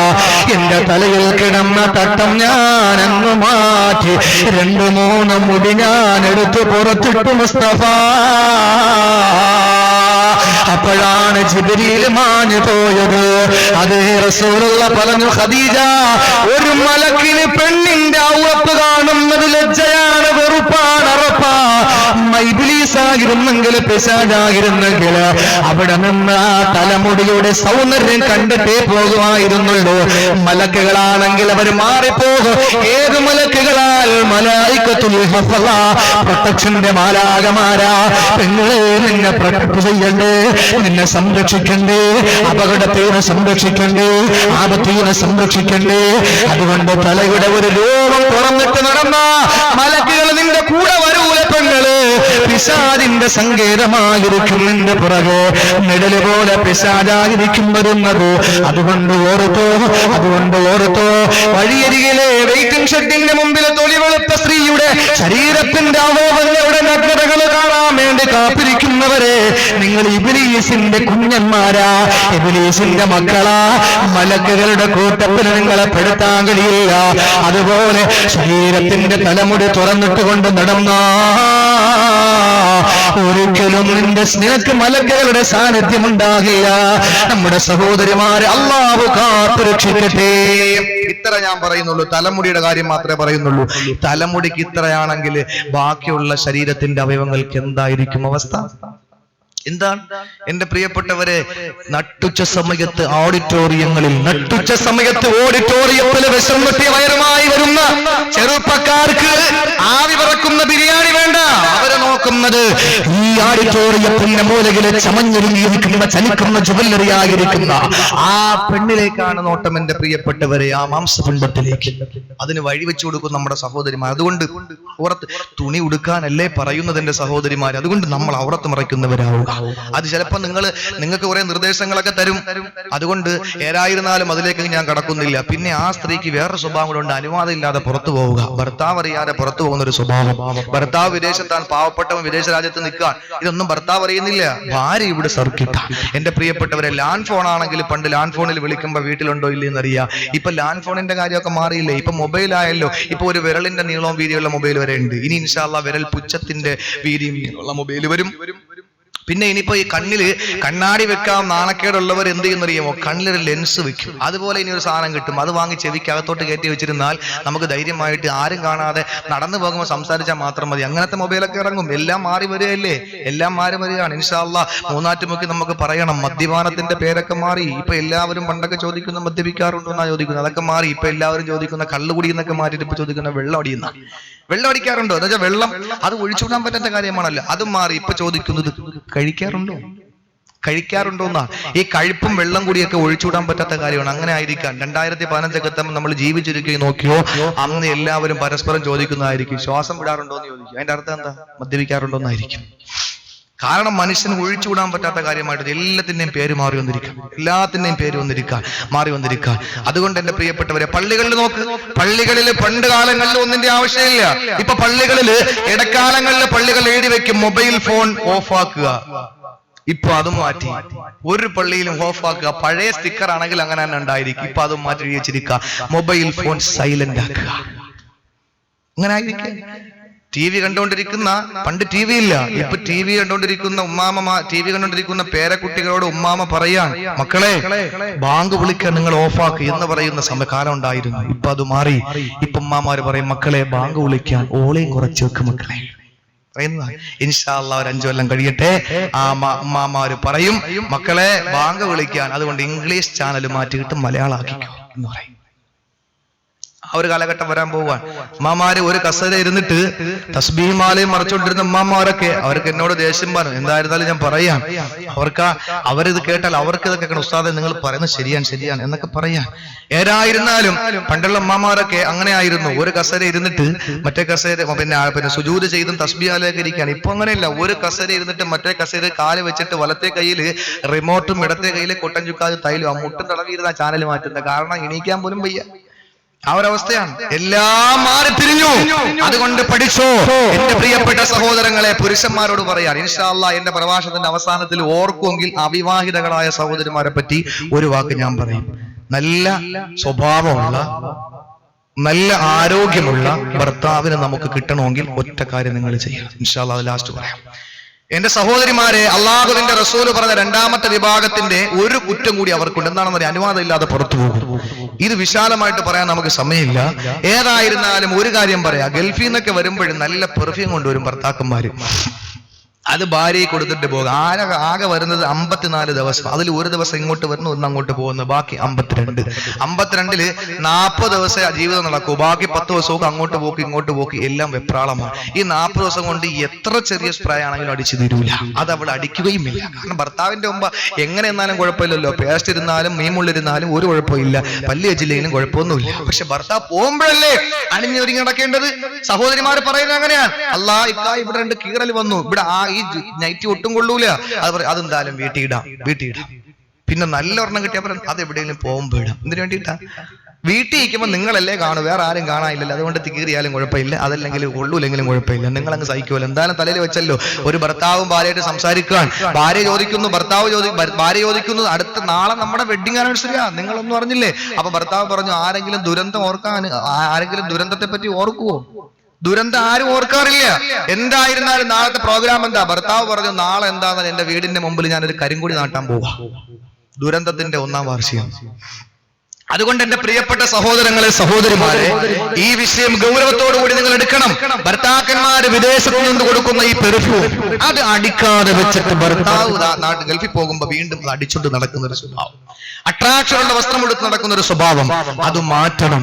ചില ഭർത്താക്കന്മാർ നാട്ടിലുണ്ടെങ്കിൽ തന്നെ ഭർത്താക്കന്മാർക്ക് ഭയങ്കര ഇഷ്ടമാണ്. റസൂലുള്ള പറഞ്ഞ, റസൂലുള്ളാന്റെ വാക്ക് പറഞ്ഞാൽ ആർക്കും വിഷമം തോന്നൂല. നമ്മൾ പറയുമ്പോഴാണല്ലോ കുഴപ്പം.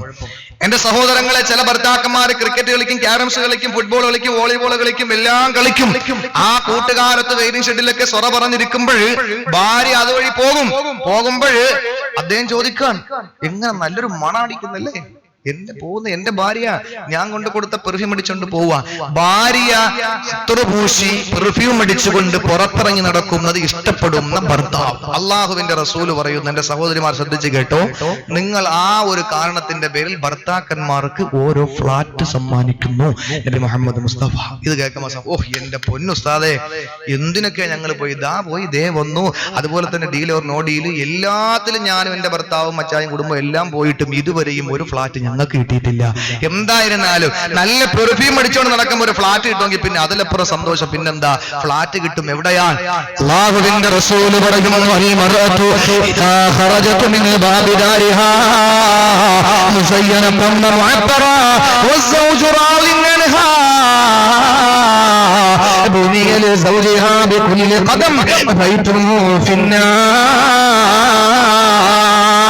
അള്ളാഹുവിന്റെ റസൂല് പറയുന്ന ഒരു സ്ത്രീ അവളുടെ വീട്ടിൽ നിന്ന് പുറത്തിറങ്ങുമ്പോൾ അവള് മുസയ്യനത്ത് നല്ല അട്രാക്ഷനുള്ള വസ്ത്രം ധരിച്ച്, അഴകാർന്ന വസ്ത്രം ധരിച്ചുകൊണ്ടതല്ല, മോടി പിടിപ്പിച്ചിട്ടാണ് അവള് പുറത്തിറങ്ങുന്നത്.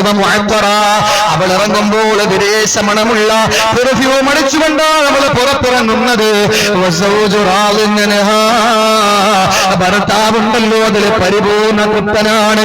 ഒരുങ്ങിറങ്ങുമ്പോൾ മണം പോരാതിരിക്കുമ്പോൾ ഭർത്താവ് അവള് പിടിച്ചുകൊണ്ടുപോയി അവന്റെ അലമാര തുറന്നിട്ട് അവൾ അടിച്ചിരിക്കുന്നതിനേക്കാളും നല്ല മുൻതരത്തിലുള്ള പെർഫ്യൂം എടുത്തിട്ട് തലങ്ങും വിലങ്ങും അടിച്ചു കൊടുത്തിട്ട് പൊക്കോ എന്ന് പറഞ്ഞിട്ട് കഥക് തുറന്നിറങ്ങിയിട്ട് പുറത്തേക്ക് ഇറക്കി വിടുന്ന ഭർത്താക്കന്മാരെ അല്ലാഹുവിന്റെ റസൂൽ പറയുന്നു ഗുനിയലി സൗജിഹാ, ആ ഭർത്താവിന് അല്ലാഹു പണി കഴിപ്പിക്കുന്നു ബികുല്ലി ഖദമിൻ, അവൾ വെക്കുന്ന ഓരോ ചുവട്ടടിക്ക് പകരമായി എവിടെയാണ് ഫ്ലാറ്റ് കൊടുക്കുന്നതെന്നറിയോ? നരകത്തിലുണ്ട് ആഴമേറിയ കൊണ്ടുകൾ, വിഷമോട്ട പാമ്പതിലുണ്ട് ഉഗ്രന തേലുകൾ. ബികുല്ലി ഖദമിൻ ബൈതുഹു ഫിന്നാർ, ഓരോ ചുവട്ടടിക്ക് പകരമായിട്ട് നാളെ നരകത്തിൽ ഓരോ കെട്ടിടം നിർമ്മിച്ചു കൊടുക്കുന്നു. എന്റെ സഹോദരങ്ങളെ, ഈ പരുത്തക്കുഴിയില് ഏതോ അതല്ലെങ്കിൽ ഈ പള്ളിപ്പെരുവില് ഏതോ ഒരു ഉൾപ്രദേശത്ത് താമസിക്കുന്ന സഹോദരി, രണ്ട് മതിൽക്കെട്ടിന്റെ ഇടയിലൂടെ ഒരാൾക്ക് മാത്രം നടക്കാൻ കഴിയുന്ന, അതല്ലെങ്കിൽ ഒരു വാഹനത്തിന് മാത്രം സഞ്ചരിക്കാൻ കഴിയുന്ന ഈ ഇടുങ്ങിയ പാതയിലൂടെ രണ്ടു ഭാഗത്തും മതിൽക്കെട്ടാണ്. ഈ ഭാഗത്തിലൂടെ ഏതോ ഒരു വീട്ടിൽ താമസിക്കുന്ന ഒരു സഹോദരി നല്ല പെർഫ്യൂം അടിച്ചുകൊണ്ട് ഭർത്താവ് പറയുന്ന നല്ലതടിച്ചിട്ടുണ്ടല്ലോ, നടന്നുപോ, എല്ലാവരും ഒന്ന് മയങ്ങട്ടെ, എന്റെ ഭാര്യയെ പറ്റിയിട്ട് എല്ലാവരും ഒന്ന് പഠിക്കട്ടെ, ഞാൻ നല്ലവനാണ്, എന്റെ കുടുംബം നല്ലവനാണ്. ഇത്ര സുന്ദരിയായ പെണ്ണിനെ ഈ പരുത്തിക്കുഴിയിലും ഈ പള്ളിത്തെരുവിലും പൂന്തറയിലും വെള്ളക്കടവിലും കരമനയിലും വിവാഹം കഴിപ്പിച്ച് ആരും കൊണ്ടുവന്നിട്ടില്ലെന്ന് എന്റെ കൂട്ടുകാരൻ അറിയട്ടെ. അതുകൊണ്ട് ഒന്ന് കറങ്ങിയിട്ട് വാ മോളെ എന്ന് പറഞ്ഞിട്ട് ഇറക്കി വിടുന്ന ചെറുപ്പക്കാരാ, സ്കൂട്ടറിന്റെ പുറകിലിരുത്തിയിട്ട് നാട് കാണിക്കാൻ വേണ്ടിയിട്ട് നാളം കെട്ട പരിപാടിയായി കൊണ്ടുപോകുന്ന യുവാവേ, മീൻ കച്ചവടത്തിന് പോകുന്നവര് മീൻ കൊണ്ടുപോകുന്നത് പോലെ പുറകിൽ തന്റെ ഭാര്യയെ മത്സ്യം എങ്ങനാണോ വിവസ്ത്രയാണ് അതുപോലെ നഗ്നയാക്കി എടുത്തുരുത്തി കൊണ്ടുപോകുന്ന ചെറുപ്പക്കാരാ, അല്ലാഹുവിന്റെ റസൂൽ പറയുന്നു, അവൾ ഇവിടെ നിന്ന് അങ്ങോട്ട് ഇറങ്ങുമ്പോൾ ബസ് വരുന്നില്ല, അവൾ നടന്ന് നേരെ പൂന്തുറ ടൗണിൽ ചെല്ലുകയാണ്. എത്ര ചുവടാ മോനെ നിന്റെ ഭാര്യ വെക്കുന്നത്, എത്ര ചുവടാ മോളെ നീ ചവിട്ടി മുത്തരിക്കുന്നത്. ഈ ഓരോ ചുവട്ടടിക്ക് പകരമായി ഓരോ ചുവട്ടടിക്കും ഓരോ കെട്ടിടങ്ങള് അല്ലാഹു നിന്റെ ഭർത്താവിന് വേണ്ടി പണി കഴിപ്പിക്കുകയാണ്. എവിടെ? നരകത്തിൽ. അതുകൊണ്ട് സഹോദരങ്ങളെ, നമ്മുടെ ഭാര്യ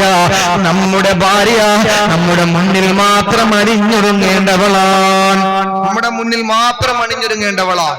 അവളുടെ മണം ആസ്വദിക്കാൻ നമ്മൾ മാത്രമാണ്. അല്ലാഹു നിങ്ങൾ അവരുടെ വസ്ത്രമാണ്, അവർ നിങ്ങളുടെയും വസ്ത്രമാണ്. അല്ലാഹു നമുക്ക് ആ ഒരു ഭാഗ്യം തന്നിരിക്കാം. അതിനപ്പുറം നാട്ടുകാരെ കാണിക്കാൻ വേണ്ടി കൊണ്ട് നടക്കണ്ട സഹോദരിമാരെ. അതുകൊണ്ട് ഭർത്താക്കന്മാർ ഇല്ലാത്തപ്പോൾ ഈ വക രീതിയിൽ നമ്മൾ കാണിച്ചാൽ അള്ളാഹുവിന്റെ സ്വർഗം എങ്ങനെ നമുക്ക് കിട്ടും? കിട്ടൂല എന്റെ സഹോദരിമാരെ. ലോകം അവസാനിക്കാറേക്കായി, ഇനിയിപ്പോ വലിയ നാളൊന്നുമില്ല. നമ്മൾ പറയും അല്ലാഹു ഉസ്താദേ, പിന്നെ ഈസാ നബി വരുമ്പോ ഇത്രയും കൊല്ലം ഇവിടെ ഭരിക്കുമല്ലോ. അതിനാണ് റസൂലുള്ളാഹി പറഞ്ഞത് കൊല്ലത്തിന് മാസത്തിന്റെ വേഗതയായിരിക്കും, പെട്ടെന്നങ്ങ് പോവും. കാത്തിരിക്കുമ്പോ നമ്മൾ ദിവസം റസൂലുള്ളാഹി പറഞ്ഞെന്താ, കച്ചവടക്കാര് തുണി ഇങ്ങനെ പരിചയപ്പെടുത്തി കൊടുക്കാൻ കടയിൽ ചെല്ലുമ്പോൾ മുണ്ടിങ്ങനെ അതല്ലെങ്കിൽ തുണി ഇങ്ങനെ പരിചയപ്പെടുത്തി കൊടുക്കുമ്പോൾ ഖിയാമത്ത് നാൾ അവസാനിക്കും. ഇത് വിൽക്കാനും പറ്റൂല, തിരിച്ച് മടക്കി വെക്കാനും പറ്റൂല. നബി മുഹമ്മദ് മുസ്തഫ വളരെ പെട്ടെന്ന് അങ്ങ് വരും. അതുകൊണ്ട് സമയമൊക്കെ അടുത്തു. അതുകൊണ്ട് നിന്നെയുള്ള കാലമെങ്കിലും നല്ലതുപോലെ ജീവിക്കാൻ 1000 വട്ടം എന്നോടും 1001 എന്റെ ചെറുപ്പക്കാരായതിന്റെ ഈ മാല ധരിച്ച സംഘാടകരോടും 1002 എന്റെ ശ്രോതാക്കളോട് ഞാൻ പറയാം, അല്ലാഹു തആല നമ്മളെല്ലാവരെയും നല്ല രീതിയിൽ ഉൾപ്പെടുത്തി അനുഗ്രഹിക്കുമാറാകട്ടെ. മൂന്നാമത്തെ ഒരു സ്വഭാവം, മൂന്നാമത്തെ വിഭാഗം ചുരുക്കി പറയാൻ എന്റെ പ്രിയപ്പെട്ടവരെ, മൂന്നാമത്തെ ഒരു വിഭാഗം അല്ലാഹുവിന്റെ റസൂൽ പറയും 4 വിഭാഗം നരകത്തിലാണ്. അതിൽ 2 പറഞ്ഞു. മൂന്നാമത്തേത് അല്ലാഹുവിന്റെ റസൂൽ പറയുന്നു, ഇംറാത്തുൻ തുകല്ലിഫു സൗജഹാ മാ ലാ യുതീഖ്, തുകല്ലിഫു സൗജഹാ മാ ലാ യുതീഖ്. ഭർത്താവിനോട് കഴിയാത്ത കാര്യങ്ങൾ, അവന്റെ തോക്കത്തിനൊക്കാത്ത, അവന്റെ കഴിവിനൊക്കാത്ത കാര്യങ്ങൾ ഭർത്താവിനോട് പറഞ്ഞിട്ട് നിർബന്ധിക്കുന്ന പെണ്ണേ, അല്ലാഹുവിന്റെ റസൂല് പറയുന്നു, നീയാണ് മൂന്നാമത്തെ വിവാഹം. എന്ത് പറഞ്ഞാലും ഭർത്താവിന് കഴിയോ എന്ന് ചിന്തിക്കുക, അല്ലാത്തതൊന്നും പറയല്ലേ, അല്ലാത്തതൊന്നും പറയല്ലേ. നിങ്ങൾക്കറിയോ റസൂലുള്ളാഹിയുടെ ജീവിതം എങ്ങനെയാണ്, ഹബീബായ നബിയുടെ ജീവിതം എങ്ങനെയാ? ആയിഷ ബീവി റളിയല്ലാഹു അൻഹ പറയുന്നു, എന്റെ പ്രവാചകൻ നമസ്കാരം കഴിഞ്ഞ് മടങ്ങി വരുമ്പോൾ കഴുകിയിടാൻ വേണ്ടിയിട്ട് കമീസ് ഒന്ന് കഴുകിയിട്ട് അതിനെ ഒന്ന് ഉണങ്ങാൻ വിരിച്ചിട്ട് വെയിലത്ത് വിരിച്ചിട്ട് എന്റെ റസൂല് ഉണങ്ങാൻ വേണ്ടിയിട്ട് കാത്തിരിക്കുമ്പോൾ അതാ അടുത്ത വഖത്തിന്റെ ബാങ്ക് വിളി കേൾക്കുകയാണ്. എന്റെ പ്രവാചകൻ ആ ബാങ്കിന് ഉത്തരം കൊടുത്തുകൊണ്ട് അതിന് നേതൃത്വം, നിസ്കാരത്തിന് നേതൃത്വം കൊടുക്കാൻ വേണ്ടിയിട്ട് എന്റെ റസൂലുള്ള പോയാൽ മാറിയൊന്ന് കൊടുക്കാൻ ഒരു വസ്ത്രമില്ല, കഴുകിയിട്ടിരിക്കുന്നതോ ഉണങ്ങിയിട്ടില്ല. എന്റെ പ്രവാചകന് കഴുകി ഉണങ്ങാൻ വിരിച്ചിരിക്കുന്നത് പലവട്ടം കസനം വെച്ചതാ. ആ വസ്ത്രം എടുത്ത് ശരീരത്തിലേക്ക് ഇട്ടുകൊണ്ട് റസൂലുള്ള മദീന പള്ളിയിലേക്ക് നിസ്കാരത്തിന് നേതൃത്വം കൊടുക്കാൻ പോകുമ്പോൾ ഞാൻ എന്റെ ഹുജറയിൽ നിന്ന് നോക്കുമ്പോൾ റിസാലത്തിന്റെ പൂവേനയിൽ നിന്ന് ചുവപ്പ് കലർന്ന വെളുത്ത ശരീരത്തിൽ നിന്ന് ധരിച്ചിരിക്കുന്ന വസ്ത്രത്തിന്റെ വെള്ളത്തുള്ളികളിൽ ചുറ്റി വീഴുന്നത് ഞാൻ കണ്ടിട്ടുണ്ട് എന്ന് ആയിഷ ബീവി പറഞ്ഞെങ്കിൽ എത്രയോ പാതിരാത്രികൾ ഞങ്ങൾ പട്ടിണി കിടന്നിട്ടുണ്ട്. റസൂലുള്ള നേരം വെളുക്കുമ്പം ചോദിക്കും, ആയിഷ ഇന്ന് കഴിക്കാൻ എന്തെങ്കിലും ഉണ്ടോ മോളെ?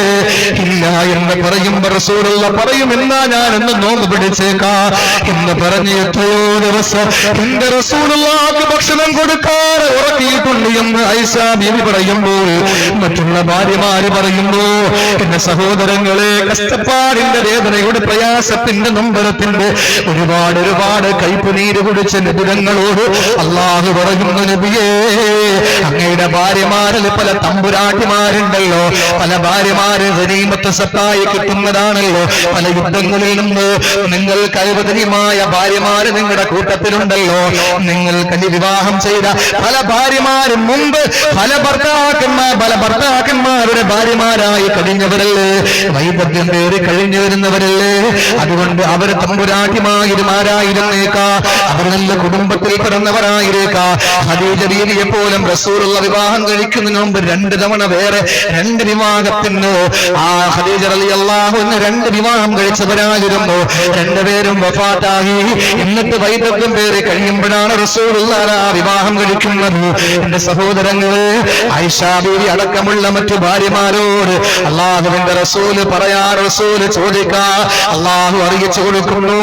എന്താണെന്നറിയോ? ഇത്രത്തോളം കഷ്ടപ്പാട് അനുഭവിക്കുമ്പോൾ അള്ളാഹുവിന്റെ പ്രവാചകരെ വിളിച്ചുകൊണ്ട് അള്ളാഹു പറയുന്നു, നബിയേ നിങ്ങളൊന്ന് ചോദിച്ചേക്ക്, യാ അയ്യുഹൻ നബിയ്യു ഖുൽ ലിഅസ്വാജിക ഇൻ കുന്തുന്ന തുരിദുൽ ഹയാത ദുനിയാ വസീനതഹാ ഫതഅലൈന ഉമത്തിഉകുന്ന വഉസർരിഹുകുന്ന സറാഹൻ ജമീലാ. അല്ലയോ ഭാര്യമാരെ, നിങ്ങൾ ദുനിയാവ് ഇഷ്ടപ്പെടുന്നതെങ്കിൽ ഇവിടെ പട്ടിണിയാണ്, പരിവട്ടമാണ്, കഷ്ടപ്പാടാണ്, വേദനയാണ്. അതുകൊണ്ട് നിങ്ങൾ ദുനിയാവ് ഇഷ്ടപ്പെട്ട നിങ്ങൾ വരിക വരിക ഭാര്യമാരെ, സറാഹൻ ജമീല, വിവാഹമെന്ന കെട്ട് അത് ഞാനങ്ങ് അഴിച്ചേക്കാം, നിങ്ങളെ ത്വലാഖ് ചൊല്ലിയിട്ട് നിങ്ങളെ നല്ല രീതിയിൽ ഞാൻ പറഞ്ഞങ്ങ് വിട്ടേക്കാം. അതല്ല വൈകുന്തുന്ന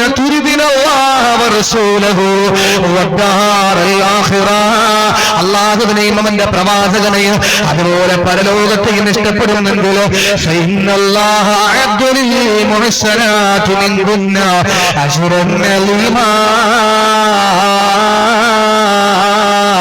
നിങ്ങളിൽപ്പെട്ട അള്ളാഹുവിനെയും റസൂലിനെയും പരലോകത്തെയും തിരഞ്ഞെടുക്കുന്നവർക്ക് അള്ളാഹു എന്തോ സൗഭാഗ്യങ്ങളെ തയ്യാറാക്കി വെച്ചിരിക്കുന്നു എന്ന് പറയാൻ നബിതങ്ങളോട് പറഞ്ഞപ്പോൾ ആയിഷ ബീവി എഴുന്നേറ്റ് പറയുന്നു, നബിയേ ഞങ്ങൾ വിട്ടുപോലോ. സന്തോഷത്തിൽ മാത്രമല്ലല്ലോ ഭർത്താവിനോടൊപ്പം കഴിയേണ്ടത്, സന്താപത്തിലും കഴിയണ്ടേ. സന്താപ സമ്മിശ്രമായ ജീവിതത്തിന്റെ നൗകയല്ലേ തുഴയേണ്ടത്. അതുകൊണ്ട് അരുത് നബിയേ, ഞങ്ങൾക്ക് ത്വലാഖ് വേണ്ട, ഞങ്ങളെ കൂടെ ഞങ്ങൾ അങ്ങയോടൊപ്പം ജീവിക്കാൻ കൊടുക്കാൻ തയ്യാറാണ്. അവർക്കല്ലേ സുന്ദരമായ നാമം കിട്ടിയത്. മുസ്തഫ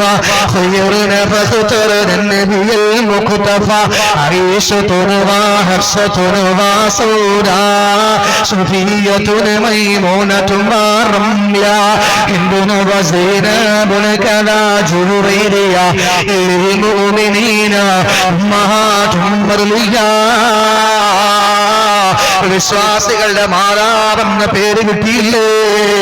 എന്റെ പ്രിയപ്പെട്ടവരെ, പല ഭാര്യമാരും റസൂലുള്ള വഫാത്താകുമ്പോൾ ആ നാട്ടില് കല്യാണ പ്രായം എത്തുന്നതേ ഉള്ളൂ.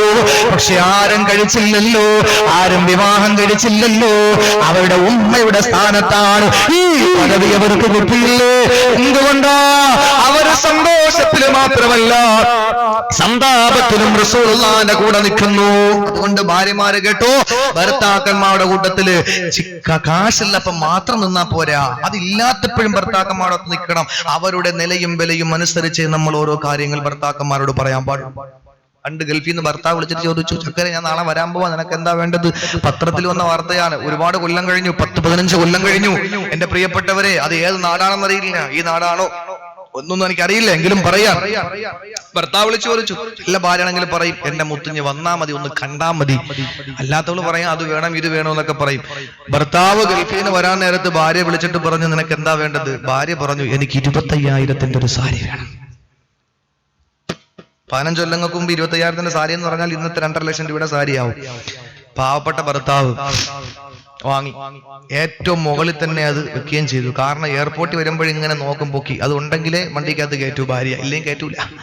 അങ്ങനെ ഏതായിരുന്നാലും കൊണ്ടുവന്നു, അതുമായി വീട്ടിൽ വന്നു. ഒന്നും ഭാര്യ എഴുതാൻ നോക്കും, അല്ല ആരും മരിക്കുന്നില്ല, ആരും പ്രസവിക്കുന്നില്ല, ഇതൊന്നും ഉടുക്കണമല്ലോ, എല്ലാവരുടെ മുമ്പ് ഒന്ന് ഉടുത്തോണ്ട് ഇറങ്ങണമല്ലോ. അങ്ങനെ ഇരിക്കുമ്പോൾ ഭർത്താവിന്റെ അടുത്ത ബന്ധത്തിൽ ഒരു കല്യാണം നടന്നു, വിവാഹം നടന്നു. അപ്പൊ അൽഹംദുലില്ലാ ഉടുക്കാൻ പറ്റിയൊരു അവസരം. പക്ഷെ വില കൂടുന്തോറും ഒരു കുഴപ്പമുണ്ട്, കഴുകാൻ പറ്റൂല. പട്ടുസാരിയൊക്കെ വെയിലത്തിട്ട് അഡ്ജസ്റ്റ് ചെയ്യാനേ പറ്റൂ, അല്ലാതെ കഴുകാൻ പറ്റൂല. അത് സഹോദരിമാർക്കറിയാം. ഈ സാരി എങ്ങനെ കഴുകാൻ പറ്റൂല. സഹോദരി സാരിയൊക്കെ എടുത്തു കൊടുത്തു, ഭർത്താവിന് ഡ്രസ്സൊക്കെ എടുത്തു കൊടുത്തു, റാഹത്തായി പോകാൻ വേണ്ടി ഇറങ്ങിയപ്പോൾ 6 വർഷം മക്കളില്ലാതിരുന്ന സഹോദരിയാണ്, കുടുംബമാണ്. ആ സഹോദരിക്ക് 6 മാസം പ്രായമുള്ള ഒരു ആൺകുഞ്ഞിനെ അള്ളാഹ് കൊടുത്തു. ആ 6 മാസം പ്രായമായി. ഈ കുഞ്ഞിനെ എന്ത് ചെയ്യും? ഇന്നത്തെ പോലെ സ്നഗ്ഗിയൊന്നും ഇല്ലാത്ത കാലഘട്ടമാണല്ലോ. സഹോദരി ചിന്തിച്ചു, സുബ്ഹാനല്ലാഹ്, ഈ സാധനത്തിന് എടുത്തോണ്ട് പോയാൽ മൂത്രമൊഴിച്ചാൽ എന്ത് ചെയ്യും? കുഴഞ്ഞില്ലേ? കഴുകാനും പറ്റൂല, എന്ത് ചെയ്യും? ഈ സഹോദരി പെൺബുദ്ധി പെടലിലാണല്ലോ. ഈ സഹോദരി എന്ത് ചെയ്തു? എന്റെ പ്രിയപ്പെട്ടവരെ, സഭ്യതയില്ലാത്തത് ഞാൻ പറഞ്ഞു എന്ന് ധരിക്കരുത്, പത്രത്തിൽ വന്നതാണ്. ഈ സഹോദരി വിദേശ രാജ്യത്ത് നിന്ന് തന്റെ ഭർത്താവ് കൊണ്ടുവന്ന 25,000 സാരി കാണിക്കാൻ വേണ്ടിയിട്ട് 6 വർഷത്തോളം മുട്ടാത്ത വാതിലുകളില്ല. സൂപ്പർ സ്പെഷ്യാലിറ്റി ഹോസ്പിറ്റലുകളുടെ വരാന്തകൾ നിരങ്ങിയിറങ്ങിയിട്ട് കോടികൾ മുടക്കുമ്പോൾ അല്ലാഹു തആല ഒരു കുഞ്ഞിനെ കൊടുത്തു. 6 മാസം പ്രായമുള്ള ആ ആൺകുഞ്ഞിന്റെ ജനനേന്ദ്രിയത്തിൽ റബ്ബറിട്ടു. മൂത്രമൊഴിക്കണമെന്ന് കാണാം. അങ്ങനെ ഉണ്ട്, കൊണ്ടുപോയി, നേരെ കൊണ്ടുപോയി. എന്റെ പ്രിയപ്പെട്ടവരെ, ഇവിടെ ചെന്ന് ഭാര്യ എല്ലാവരുമായി കുശലാന്വേഷണം നടത്തി. ആ സമയത്ത് കുഞ്ഞ് മൂത്രമൊഴിക്കാൻ കഴിയാതെ ബുദ്ധിമുട്ടുകയാണ്. അവസാനം കുഞ്ഞ് തളർന്നു വീണു. എന്റെ പ്രിയപ്പെട്ടവരെ, ആ സന്ദർഭത്തിൽ വരന്റെ പാർട്ടിക്കാർ വന്ന വാഹനത്തിൽ എടുത്തിട്ട് അടുത്തുള്ള ഹോസ്പിറ്റലിൽ കൊണ്ടുപോകുമ്പോൾ അതിനിടയിൽ ആ കുഞ്ഞ് മരണപ്പെട്ടു. ആലോചിക്കണം നമ്മുടെ സഹോദരിമാരുടെ അവസ്ഥ എന്താ. ഭർത്താക്കന്മാരോട് എല്ലാം പറയും, ഭർത്താവിനോട് പറയും, ഇക്ക വീടില്ലല്ലോ, പടച്ചോനെ ഒരു വീട്, നല്ലൊരു വീട് 35 വർഷമായി, 20 വർഷമായി, 12 വർഷമായി നമ്മുടെ വിവാഹം കഴിഞ്ഞിട്ട് എല്ലാവർക്കും 2 നില വീടുണ്ട്, 3 നില വീടുണ്ട്, പടച്ചോനെ അത് കാണാൻ മാത്രമേ എനിക്ക് ഭാഗ്യമുള്ളൂ എന്നും പറഞ്ഞ് അന്നം പൊന്നുകയും ഭർത്താവിനടുത്ത് പറയില്ല, നേരെ ആകാശത്തോടെ കണ്ണൊക്കെ ഉയർത്തിയിട്ട് ഇങ്ങനെയൊക്കെ പറയും. എല്ലാം ആകാശത്തോട്ട് കാണിക്കുന്നതുകൊണ്ടാണ് വിമാന ദുരന്തം കൂടുതൽ ഉണ്ടാവുന്നത്. എല്ലാം അങ്ങനെയാണല്ലോ, എന്ത് പറഞ്ഞാലും പ്രാക്കെല്ലാം ആകാശത്തോട്ട് നോക്കിയിട്ട്. എന്റെ പ്രിയപ്പെട്ടവരെ, അങ്ങനെ നോക്കി സഹോദരി പറഞ്ഞോ, ഭർത്താവ് ചിന്തിച്ചു, പടച്ചോനെ എന്തായാലും അവളുടെ ആഗ്രഹമല്ലേ, എന്റെ കൂടെ ഇറങ്ങി വന്നല്ലേ, അതുകൊണ്ട് എന്തായിരുന്നാലും ഒരു വീട് വയ്ക്കാം. ഭാര്യയോട് ചോദിക്കും, പിന്നെ എങ്ങനെയാ വീട് വയ്ക്കുന്നത്? പൈസയൊന്നുമില്ല, ആകെ കിട്ടുന്ന 40 രൂപയാണ്. ആകെ കിട്ടുന്ന 400 രൂപ. എല്ലാത്തിനും വില കൂടിയല്ല. വിമാനത്തിൽ ഒഴിക്കുന്ന ഇന്ധനത്തിനേക്കാളും വിലയാണ് നടന്ന് ഓടിച്ചു പോകുന്ന സ്കൂട്ടിയിൽ ഒഴിക്കുന്ന. വില കൂടാത്ത ഒന്നേ മാത്രമേ ഉള്ളൂ മുസ്ലിയാക്കന്മാരുടെ ശമ്പളത്തിൽ. അത് ചെയ്യാമെന്നുള്ള ഉയരമില്ല. എന്റെ പ്രിയപ്പെട്ടവരെ, ഈ ഭർത്താവ് പറഞ്ഞു, എന്തായിരുന്നാലും വീട് വെക്കണമെന്ന് നിനക്ക് ആഗ്രഹം ഉണ്ടെങ്കിൽ അതിനൊരു ഐഡിയ പറഞ്ഞതാ. ഭാര്യ പറഞ്ഞു, നിങ്ങൾക്ക് എന്താണെങ്കിലും പേഴ്സ്മെന്റ് ഇട്ടാനുള്ള പൈസ ഞാൻ ഒപ്പിച്ചു തരാം. അതെങ്ങനെ? അത് ഞാൻ സെക്രട്ടറി, എന്റെ അടുത്ത ആളാ, അയൽക്കൂട്ടത്തിന്റെ, കുടുംബശ്രീയുടെ അയൽക്കൂട്ടത്തിന്റെ സെക്രട്ടറി എന്റെ അടുത്ത ആളാ, ആരും അറിയാതെ ഞാൻ ലോൺ എടുക്കാം. ഭർത്താവ് ചോദിച്ചു എന്തായിരുന്നാലും പിന്നെ ഇനിയിപ്പോ വാർത്തിടാനുള്ള പൈസ കിട്ടുമെന്ന് വിചാരിക്കും. ഭർത്താവ് ചോദിക്കും എത്ര രൂപ കിട്ടും? 5000 രൂപ. അതിനപ്പുറം ഒരു കുടുംബശ്രീക്കാരൻ ലോൺ കൊടുക്കൂല. 5000 രൂപ 5000 രൂപ ലോൺ എടുത്തു കൊടുത്തു. അൽഹംദുലില്ലാ അത് വാങ്ങിച്ചിട്ട് നേരെ ഭർത്താവിന്റെ കൊണ്ട് കൊടുത്തു. ഭർത്താവ് വീടങ്ങ് തുടങ്ങും.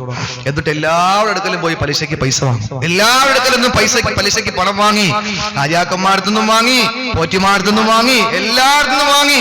അവസാനം വീട് ടപ്പെ എന്ന് പറഞ്ഞങ്ങ് ഉയർന്നു. എല്ലാം റാഹത്തായി. വിവാഹത്തിന്റെ പാല് കാച്ചായി. ഭാര്യ എന്തൊരു സന്തോഷം, ഭയങ്കരമായ സന്തോഷം. പറതയിട്ടുണ്ടാ പാലാച്ചിന് നിൽക്കുന്നത്. വലിയ 3-4 പോക്കറ്റൊക്കെ പറതയ്ക്ക് വേണ്ടി അഡ്ജസ്റ്റ് ചെയ്ത് വെച്ച് ഇങ്ങനെ നിൽക്കാറ്. കാരണം എല്ലാം വാങ്ങി വെക്കണമല്ലോ. ഭർത്താവിനോട് ഒരാൾ പറഞ്ഞു കൊടുത്തു, എന്തായിരുന്നാലും നിങ്ങളൊരു പാലുകാച്ച് വെക്കി, 2 പോത്തൊക്കെ വാങ്ങി ചേർത്തിട്ട് ബിരിയാണി വെക്കി, എന്തായിരുന്നാലും ആൾക്കാരെ കൊണ്ട് തരും, നിങ്ങൾ ഒരുപാട് കൊടുത്തിട്ടുണ്ടല്ലോ, മക്കളോ നിങ്ങൾക്കില്ല എന്ന് പറയുമ്പോൾ പാവപ്പെട്ടവൻ അത് ചെയ്യും. എന്നിട്ട് അന്ന് രാത്രി പാതിരാത്രി എല്ലാവരും പോകുമ്പോൾ കിട്ടിയതെല്ലാം കൂടെ ചാക്കിനകത്തോണ്ട് ഉച്ചയ്ക്കയിൽ തട്ടിട്ട് എണ്ണി വെക്കും. പടച്ചോനെ ബിരിയാണി വെച്ചിൽ പോത്ത് വാങ്ങിയ പൈസ പോലും കിട്ടിയില്ല. 500 എണ്ണത്തിനെ കൊണ്ടുവരും വീട്ടിൽ നിന്ന്. ആകെ കൊണ്ടുവരുന്ന 50 രൂപയാണ്. എന്നിട്ട് എല്ലാത്തിനെയും, വയ്യാത്തതിനെയും സുഖമില്ലാത്തതിനെയും മരിക്കാൻ കിടക്കുന്നതിനെയും സക്കറാത്തിന്റെ ആല് നിൽക്കുന്നതിനൊക്കെ പിടിച്ചോണ്ട് വന്നിട്ട് എല്ലാം ചാപ്പാട് ഒഴിച്ചിട്ട് 50 രൂപയും കൊടുത്തിട്ട് 1 കിലോ പല്ലും കുത്തിയിട്ട് ഇറങ്ങി അങ്ങ് പോകും. എന്റെ പ്രിയപ്പെട്ടവരെ, ചുരുക്കി പറഞ്ഞാൽ പാവപ്പെട്ടവന് കടത്തിന്റെ മേൽ കടമായി. നേരം വെളുക്കുമ്പോൾ അദ്ദേഹം ചിന്തിച്ചു, സുബ്ഹാനല്ലാഹ്, ഭാര്യ മാപ്പിളപ്പാട്ടൊക്കെ കേട്ട് ഇങ്ങനെ മത്തിയിൽ കിടക്കുമ്പോൾ ഭർത്താവ് സിമന്റ് ചാക്കും വിരിച്ചിട്ട് സിറ്റ് ഔട്ടിൽ കിടക്കാം. കാരണം എന്താ? കാർ പുറച്ച് കിടക്കുന്നു. നാളെ നേരം വെളുക്കുമ്പോൾ എന്തായിരുന്നാലും പരമേശ്വരൻ പോറ്റിയൊക്കെ പിടിച്ചു നിർത്താം, പക്ഷെ ഹാജിയാരെ പിടിച്ചു നിർത്താൻ പറ്റൂല. കൊടുത്തേ പറ്റൂ. കാരണം മൂമിൻ എന്ന് പറഞ്ഞാൽ വാക്ക് പാലിക്കുന്നവരാണല്ലോ. ചിലപ്പോൾ വാക്ക് പാലിക്കാത്തതിന്റെ മേൽ ശിക്ഷിച്ചാലോ. ഏത് വിഷയത്തില? പലിശകാര്യത്തില വരുന്നുണ്ട് ഇൻഷാ അല്ലാഹ് മൂന്നാറ്റുമുക്കിൽ. എന്റെ പ്രിയപ്പെട്ട സഹോദരങ്ങളെ, ഏതായിരുന്നാലും അങ്ങനെ ഭർത്താവ് വല്ലാതെ വിഷമിച്ചു കിടക്കുമ്പോൾ ഭാര്യ നോക്കുന്നു, എന്തൊരു ഗ്ലാമറ പടച്ചോനെ, എന്റെ വീട്ടിൽ ആകെ ഉണ്ടായിരുന്നത് ഒരു പൊട്ടിയ ഗ്ലാസ് മാത്രം, കണ്ണാടി മാത്രമായിരുന്നു. എനിക്കുള്ളത് റബ്ബേ ഒരു കീറിയ ഒരു വസ്ത്രമായിരുന്നു എന്ന് ഞാനും എന്റെ ഇക്കായും കൂടി മഴ പെയ്യുമ്പോഴേ എക്സ്റേ യൂണിറ്റ് കൊണ്ട് വലിക്കുമായിരുന്നു. പുറത്ത് കിടക്കണത് അതിനേക്കാളും ഭേദം. അങ്ങനെ ജീവിച്ചിട്ട് ഞങ്ങൾ ആകെ ഒരു കണ്ണാടി ഉണ്ടായിരുന്നു. പണ്ടെന്നോ എന്റെ ഭർത്താവിന്റെ ഉമ്മ ജീവിച്ചിരിക്കുമ്പോ വീണ് തറ ഉടഞ്ഞു പോയതാ. പുതിയതൊന്നും വാങ്ങാൻ പോലും പൈസ ഇല്ലായിരുന്നു. അതിലെടുത്ത് നോക്കിയാൽ ചുണ്ടി 7000 തോന്നും, മൂക്ക് 4000 തോന്നും. അങ്ങനത്തെ കണ്ണാടിയായിരുന്നു. ഇപ്പോ വീട് പുതിയ വീടായി, ടൈലൊട്ടിച്ചു. ടൈലിൽ നോക്കിയാൽ തന്നെ മുഖം കാണാം. എങ്കിലും നിലക്കണ്ണാടിയൊക്കെ വെച്ചു എല്ലാമായി. ഭർത്താവ് വാങ്ങിക്കൊടുത്ത ഈ പാലുകാച്ചിന് വാങ്ങിക്കൊടുത്ത ഡ്രസ്സൊക്കെ ഇട്ട് നോക്കിയപ്പോ എന്തൊരു ഗ്ലാമറ. തിരിഞ്ഞും മറിഞ്ഞൊക്കെ ഒന്ന് നോക്കുമ്പോൾ വീടും കൊള്ളാം, നിലക്കണ്ണാടിയും കൊള്ളാം, ഞാനും കൊള്ളാം, വസ്ത്രവും കൊള്ളാം, എല്ലാം അടിപൊളി. അപ്പോഴാണ് ഭർത്താവ് സിറ്റ് ഔട്ടിൽ നിന്ന് എഴുന്നേറ്റ് വരുന്നത്. നോക്കുമ്പോ അത് മാത്രം കൊള്ളൂല. ഒരു കൈ കൊടുത്ത് കരഞ്ഞ് കയറി വരിക, നാളെ എവിടെ നിന്ന് പൈസ കൊടുക്കുമെന്നും പറഞ്ഞ്. അപ്പ ഭാര്യ ചിന്തിക്കും, എന്തായിരുന്നാലും രക്ഷപ്പെട്ടു. എന്റെ പ്രിയപ്പെട്ടവരെ, ഭർത്താവ് കരഞ്ഞുകൊണ്ടിരുമ്പോ ഭാര്യ പറയും, ഒരു കാര്യം ചെയ്യ്, പുറത്ത് പോണ, ഗൾഫിൽ പോന്ന. ഭാര്യ ചോദിക്കാം. അപ്പോഴേ അവളുടെ മനസ്സിൽ മുട്ടിട്ടു, എന്താണ്? എന്റെ വീടിനും എനിക്കും ചേർന്ന ഭർത്താവല്ല. ദേശരാജ്യത്ത് പണിയെടുക്കുന്ന പാവപ്പെട്ടവന് പണിയെടുക്കാൻ പോയിട്ട് അറബിക്ക് വേണ്ടിയിട്ട് പണിയെടുക്കുമ്പോൾ എന്റെ പ്രിയപ്പെട്ട സഹോദരിമാര് മനസ്സിലാക്കണം, ആ പ്രിയപ്പെട്ട ഭർത്താക്കന്മാര് അറബിയുടെ അടിമപ്പണി ചെയ്തിട്ട് പാവപ്പെട്ട സഹോദരന്മാര് പാതിരാത്രി വീട്ടിൽ വന്നിട്ട് സ്റ്റൗ കത്തിച്ചിട്ട് പച്ചരി ചോറുണ്ടാക്കി കഴിക്കാൻ വേണ്ടിയിട്ട് ശ്രമിക്കുമ്പോൾ തന്റെ പ്രിയപ്പെട്ട അറബി വീണ്ടും വിളിക്കുന്നു. ആ അറബി വിളിച്ച ഭാഗത്തേക്ക് വീണ്ടും പോയിട്ട് മടങ്ങി വരുമ്പോൾ വീണ്ടും നേരം വെളുത്തു, വീണ്ടും അടുത്ത പണിക്ക് പോകണം. ഇങ്ങനെ ആഹാരം കഴിക്കാതെ ഉറങ്ങാതെ ഈ പാവപ്പെട്ട സഹോദരന് ഒന്നും കഴിക്കാതെ അരമുണ്ടിറുക്കി കൊടുത്തിട്ട് വിദേശ രാജ്യത്ത് മണലാരുണ്യത്തിൽ പണിയെടുക്കുമ്പോൾ അരുണന്റെ കിരണമേറ്റുകൊണ്ട് മണൽത്തരികൾ ഈ മണൽത്തരികള് ചലിക്കുമ്പോൾ അതല്ലെങ്കിൽ തിളച്ചു മറിയുമ്പോൾ എന്റെ സഹോദരിമാർ ആലോചിക്കണം, ആ സന്ദർഭത്തിൽ പണിയെടുക്കുമ്പോൾ ചിന്തിക്കുന്നതെന്താ? എന്റെ ഭർത്താവിന്, എന്റെ ഭാര്യയ്ക്ക് വേണ്ടിയിട്ടല്ലേ, എന്റെ അരിമ സന്താനങ്ങൾക്ക് വേണ്ടിയിട്ടല്ലേ? എന്റെ പ്രിയപ്പെട്ട ഭാര്യ എന്നെയും കാത്ത് പ്രതീക്ഷയോടെ വീട്ടിയിരിക്കുകയാണ്. അവൾ എന്തൊക്കെയോ സ്വപ്നം കണ്ടിട്ട് ഇതുവരെയും നല്ല ഒരു സാരി കൊടുക്കാൻ ഭാഗ്യമില്ലാത്തവളാ. അവൾക്ക് വേണ്ടിയിട്ട് നല്ല ഒരു ഗൾഫ് സാരി വാങ്ങിക്കൊണ്ട് എനിക്ക് പോകണം. അതുപോലെ എന്റെ പൊന്നുമക്കള് ഇതുവരെയും ഒരു ചെറിയ 1 രൂപയുടെ പെൻസിൽ വെച്ച് എഴുതിയ മക്കളാ. ആ പൊന്നുമക്കൾക്ക് ഞാൻ എന്റെ വിദേശ രാജ്യത്തെ കഷ്ടപ്പാടിന്റെ വേദനയുടെ നൊമ്പരത്തിന്റെ ഒരുപാട് മണമുള്ള പേന വാങ്ങിക്കൊണ്ടു പോകണം.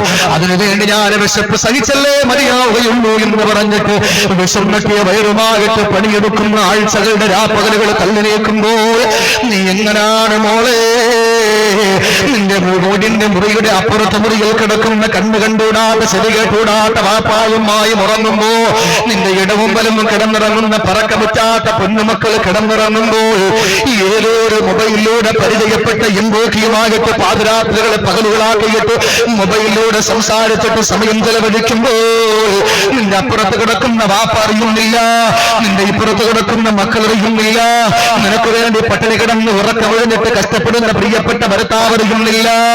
എവിടെയാണ് പെണ്ണേ നീ പോകുന്നു? നീ എവിടെ പോയാലും, ആശുപത്രി പോയാലും, ഓഡിറ്റോറിയത്തിൽ പോയാലും, കുടുംബശ്രീക്ക് പോയാലും, അയൽക്കൂട്ടത്തിന് പോയാലും, എവിടെ പോയാലും റീചാർജ് കൂപ്പം വാങ്ങിയിട്ട് വിദേശ രാജ്യത്തുള്ള ഭർത്താവിനെ വഞ്ചിച്ചുകൊണ്ട് നീ അന്യപുരുഷന്മാരുമൊത്ത് സംസാരിച്ച് പകലുകളെ രാത്രികളെ പകലുകളാക്കി മാറ്റുമ്പോൾ ഇതെല്ലാം കണ്ടുകൊണ്ട് ഒരു പടച്ചവൻ ഇരിക്കുന്നെന്നറിയണേ സഹോദരി. നീ ഭർത്താവിനെ വഞ്ചിക്കല്ലേ. ഞാൻ താമസിക്കുന്ന പനവൂരിന് തൊട്ടടുത്തൊരു സ്ഥലമുണ്ട്, പനയമുട്ടം.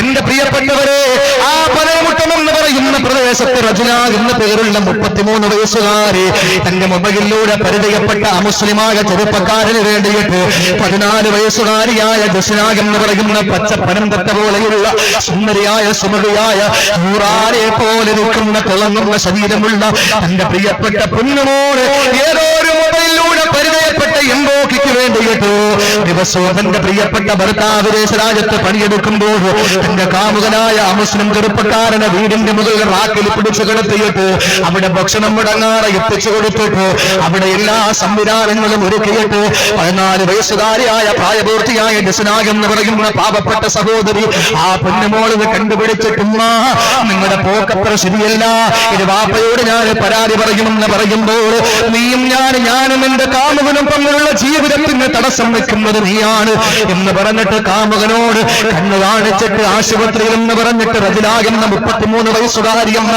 ഈ സമുദായത്തിന്റെ നാമധാരിയായ സഹോദരി ഇറങ്ങി മാറിക്കൊടുക്കുമ്പോൾ അന്യ സമുദായത്തിൽപ്പെട്ട ഒരു ചെറുപ്പക്കാരനല്ലോ 14 വയസ്സുകാരിയായ ജസ്നാഗ് എന്ന് പറയുന്ന പൊന്നോളെ ചുരിദാറിന്റെ സാലുകൊണ്ട് കടുപ്പുയരിച്ചു കൊന്നുകളയാ എന്റെ പെങ്ങളെ, എന്റെ ഉമ്മ. ഈ സമുദായത്തിന്റെ പേരുള്ള നിന്നെ പോലുള്ളേ പ്രസവിച്ചതാണോ? ചിന്തിക്കണേ എന്റെ സഹോദരിമാരെ. കുത്തഴിഞ്ഞ ലൈംഗിക ജീവിതത്തിന്റെ മുന്നിൽ ചോദ്യചിഹ്നമാകെ നിന്നെ എടുത്തു കാണിക്കുമ്പോൾ സൂചി മുതൽ സിംഹാസനം വരെ പരസ്യത്തിന് നിന്റെ ശരീരം പ്രദർശിപ്പിക്കപ്പെടുമ്പോ മുസ്ലിം പെണ്ണേ ഭർത്താവിനെ വഞ്ചിക്കല്ലേ. എന്നാലും ആ നിനക്ക് സ്വർഗം കിട്ടൂല. അല്ലാഹു നിനക്ക് തരുന്നത് കത്തിക്കാളുന്ന നരകമായിരിക്കും. അത് താങ്ങാൻ നിനക്ക് കഴിയോ? അത് താങ്ങാൻ നിനക്ക് കഴിയോ? കഴിയുമെങ്കിൽ കഴിഞ്ഞോ, ഇല്ലെങ്കിൽ പശ്ചാത്തലിച്ച് പൊട്ടിക്കരഞ്ഞിട്ട് ഈ പാതിരാത്രി തൗബ ചെയ്ത് മടങ്ങിക്കോ. അല്ലാഹു നമ്മളെ കാത്തുരക്ഷിക്കട്ടെ. അല്ലാഹുവിന്റെ റസൂല് പറഞ്ഞു, മൂന്നാമത്തെ വിഭാഗം ഭർത്താവിനോട് അവന് കഴിയാത്ത കാര്യങ്ങൾ നിർബന്ധിക്കുന്നവരാണ്. ഭർത്താവിനോട് ചോദിക്കുമ്പോൾ അവന് കഴിയുന്നത് മാത്രം നിർബന്ധിക്കാൻ പാടുള്ളൂ. എന്റെ പ്രിയപ്പെട്ടവരെ, ചില സ്ത്രീകൾക്ക് ഒരു സ്വഭാവമുണ്ട്. അവർ പറയുന്നത് എന്താ? നിങ്ങൾക്ക് വേണ്ടെങ്കിൽ എന്നെ കൊണ്ടുവന്നാക്കി. അത് പറയുമ്പോ തീർന്നു എന്നാ നിങ്ങൾക്ക്, അതായത് തൊലാഖ് ചൊല്ലിയേക്കാൻ. അതിന്റെ അർത്ഥം റസൂലുള്ളാഹി പറയുന്നത് ഏതെങ്കിലും ഒരു സ്ത്രീ ഭർത്താവിനോട് ആവശ്യമില്ലാതെ തൊലാഖ് ചോദിച്ചാൽ റസൂലുള്ളാഹി പറയാണ് ഹറാമുൻ അലൈഹാ റായിഹത്തുൽ ജന്ന. സ്വർഗത്തിൽ പോകാൻ പറ്റില്ലെന്നല്ല, സ്വർഗത്തിന്റെ പരിമളം അവർക്ക് നിഷിദ്ധമാണ്. ഈ സ്റ്റേജിൽ ഈ മർഹൂം ജഅഫർ സാദിഖ് മൗലാന നഗറിൽ, അതായത് ഈ സ്റ്റേജിൽ ഈ പീഠം നിൽക്കുന്ന സ്ഥലത്ത് സ്വർഗമാണെന്ന് ധരിക്കും. സ്വർഗമാണ്. ഇവിടെ നിന്ന് ഒരാൾ ഇറങ്ങി നടന്നാൽ 500 വർഷം നടക്കുമ്പോൾ എവിടെ എത്തും? അവിടം വരെ ഈ സ്വർഗത്തിന്റെ മണം അടിച്ചു വീശും. മഴ പെയ്യാണല്ലേ. 500 വർഷം നടന്നാൽ എവിടെ എത്തും? ഇവിടെ നിന്ന് ഇപ്പൊ നടക്കാണ്. ഈ ദിവസം സമയം എഴുതി വെച്ചിട്ട് 500 വർഷം ജീവിച്ചത് അത്ര നാൾ ജീവിച്ചിരിക്കൂല. ഏതായാലും ഇറങ്ങി നടക്കുമ്പോൾ 500 വർഷം എത്തുമ്പോ എവിടെ എത്തുവോ അവിടം വരെ ഈ സ്വർഗത്തിന്റെ മണം അടിച്ചു വീശും. അപ്പൊ 500 വർഷമേ ഉള്ള അത്രയുള്ള അവസ്ഥ അല്ല. അവിടത്തെ ഒരു ദിവസം ഇവിടത്തെ 50,000 വർഷം. അവിടത്തെ ഒരു ദിവസം ഇവിടത്തെ 50,000 വർഷം. അങ്ങനത്തെ അവിടത്തെ 500 വർഷം അത്ര അടിച്ചു വീശുന്ന പരിമളം സ്വർഗത്തിൻ്റെത്.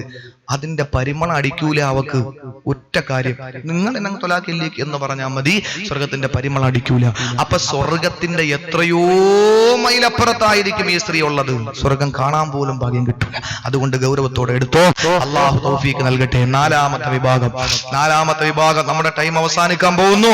നാലാമത്തെ വിഭാഗം കൂടി ഞാൻ പറയാം എന്റെ സഹോദരിമാരെ. നാലാമത്തെ വിഭാഗം അള്ളാഹുവിന്റെ റസൂല് പറഞ്ഞു,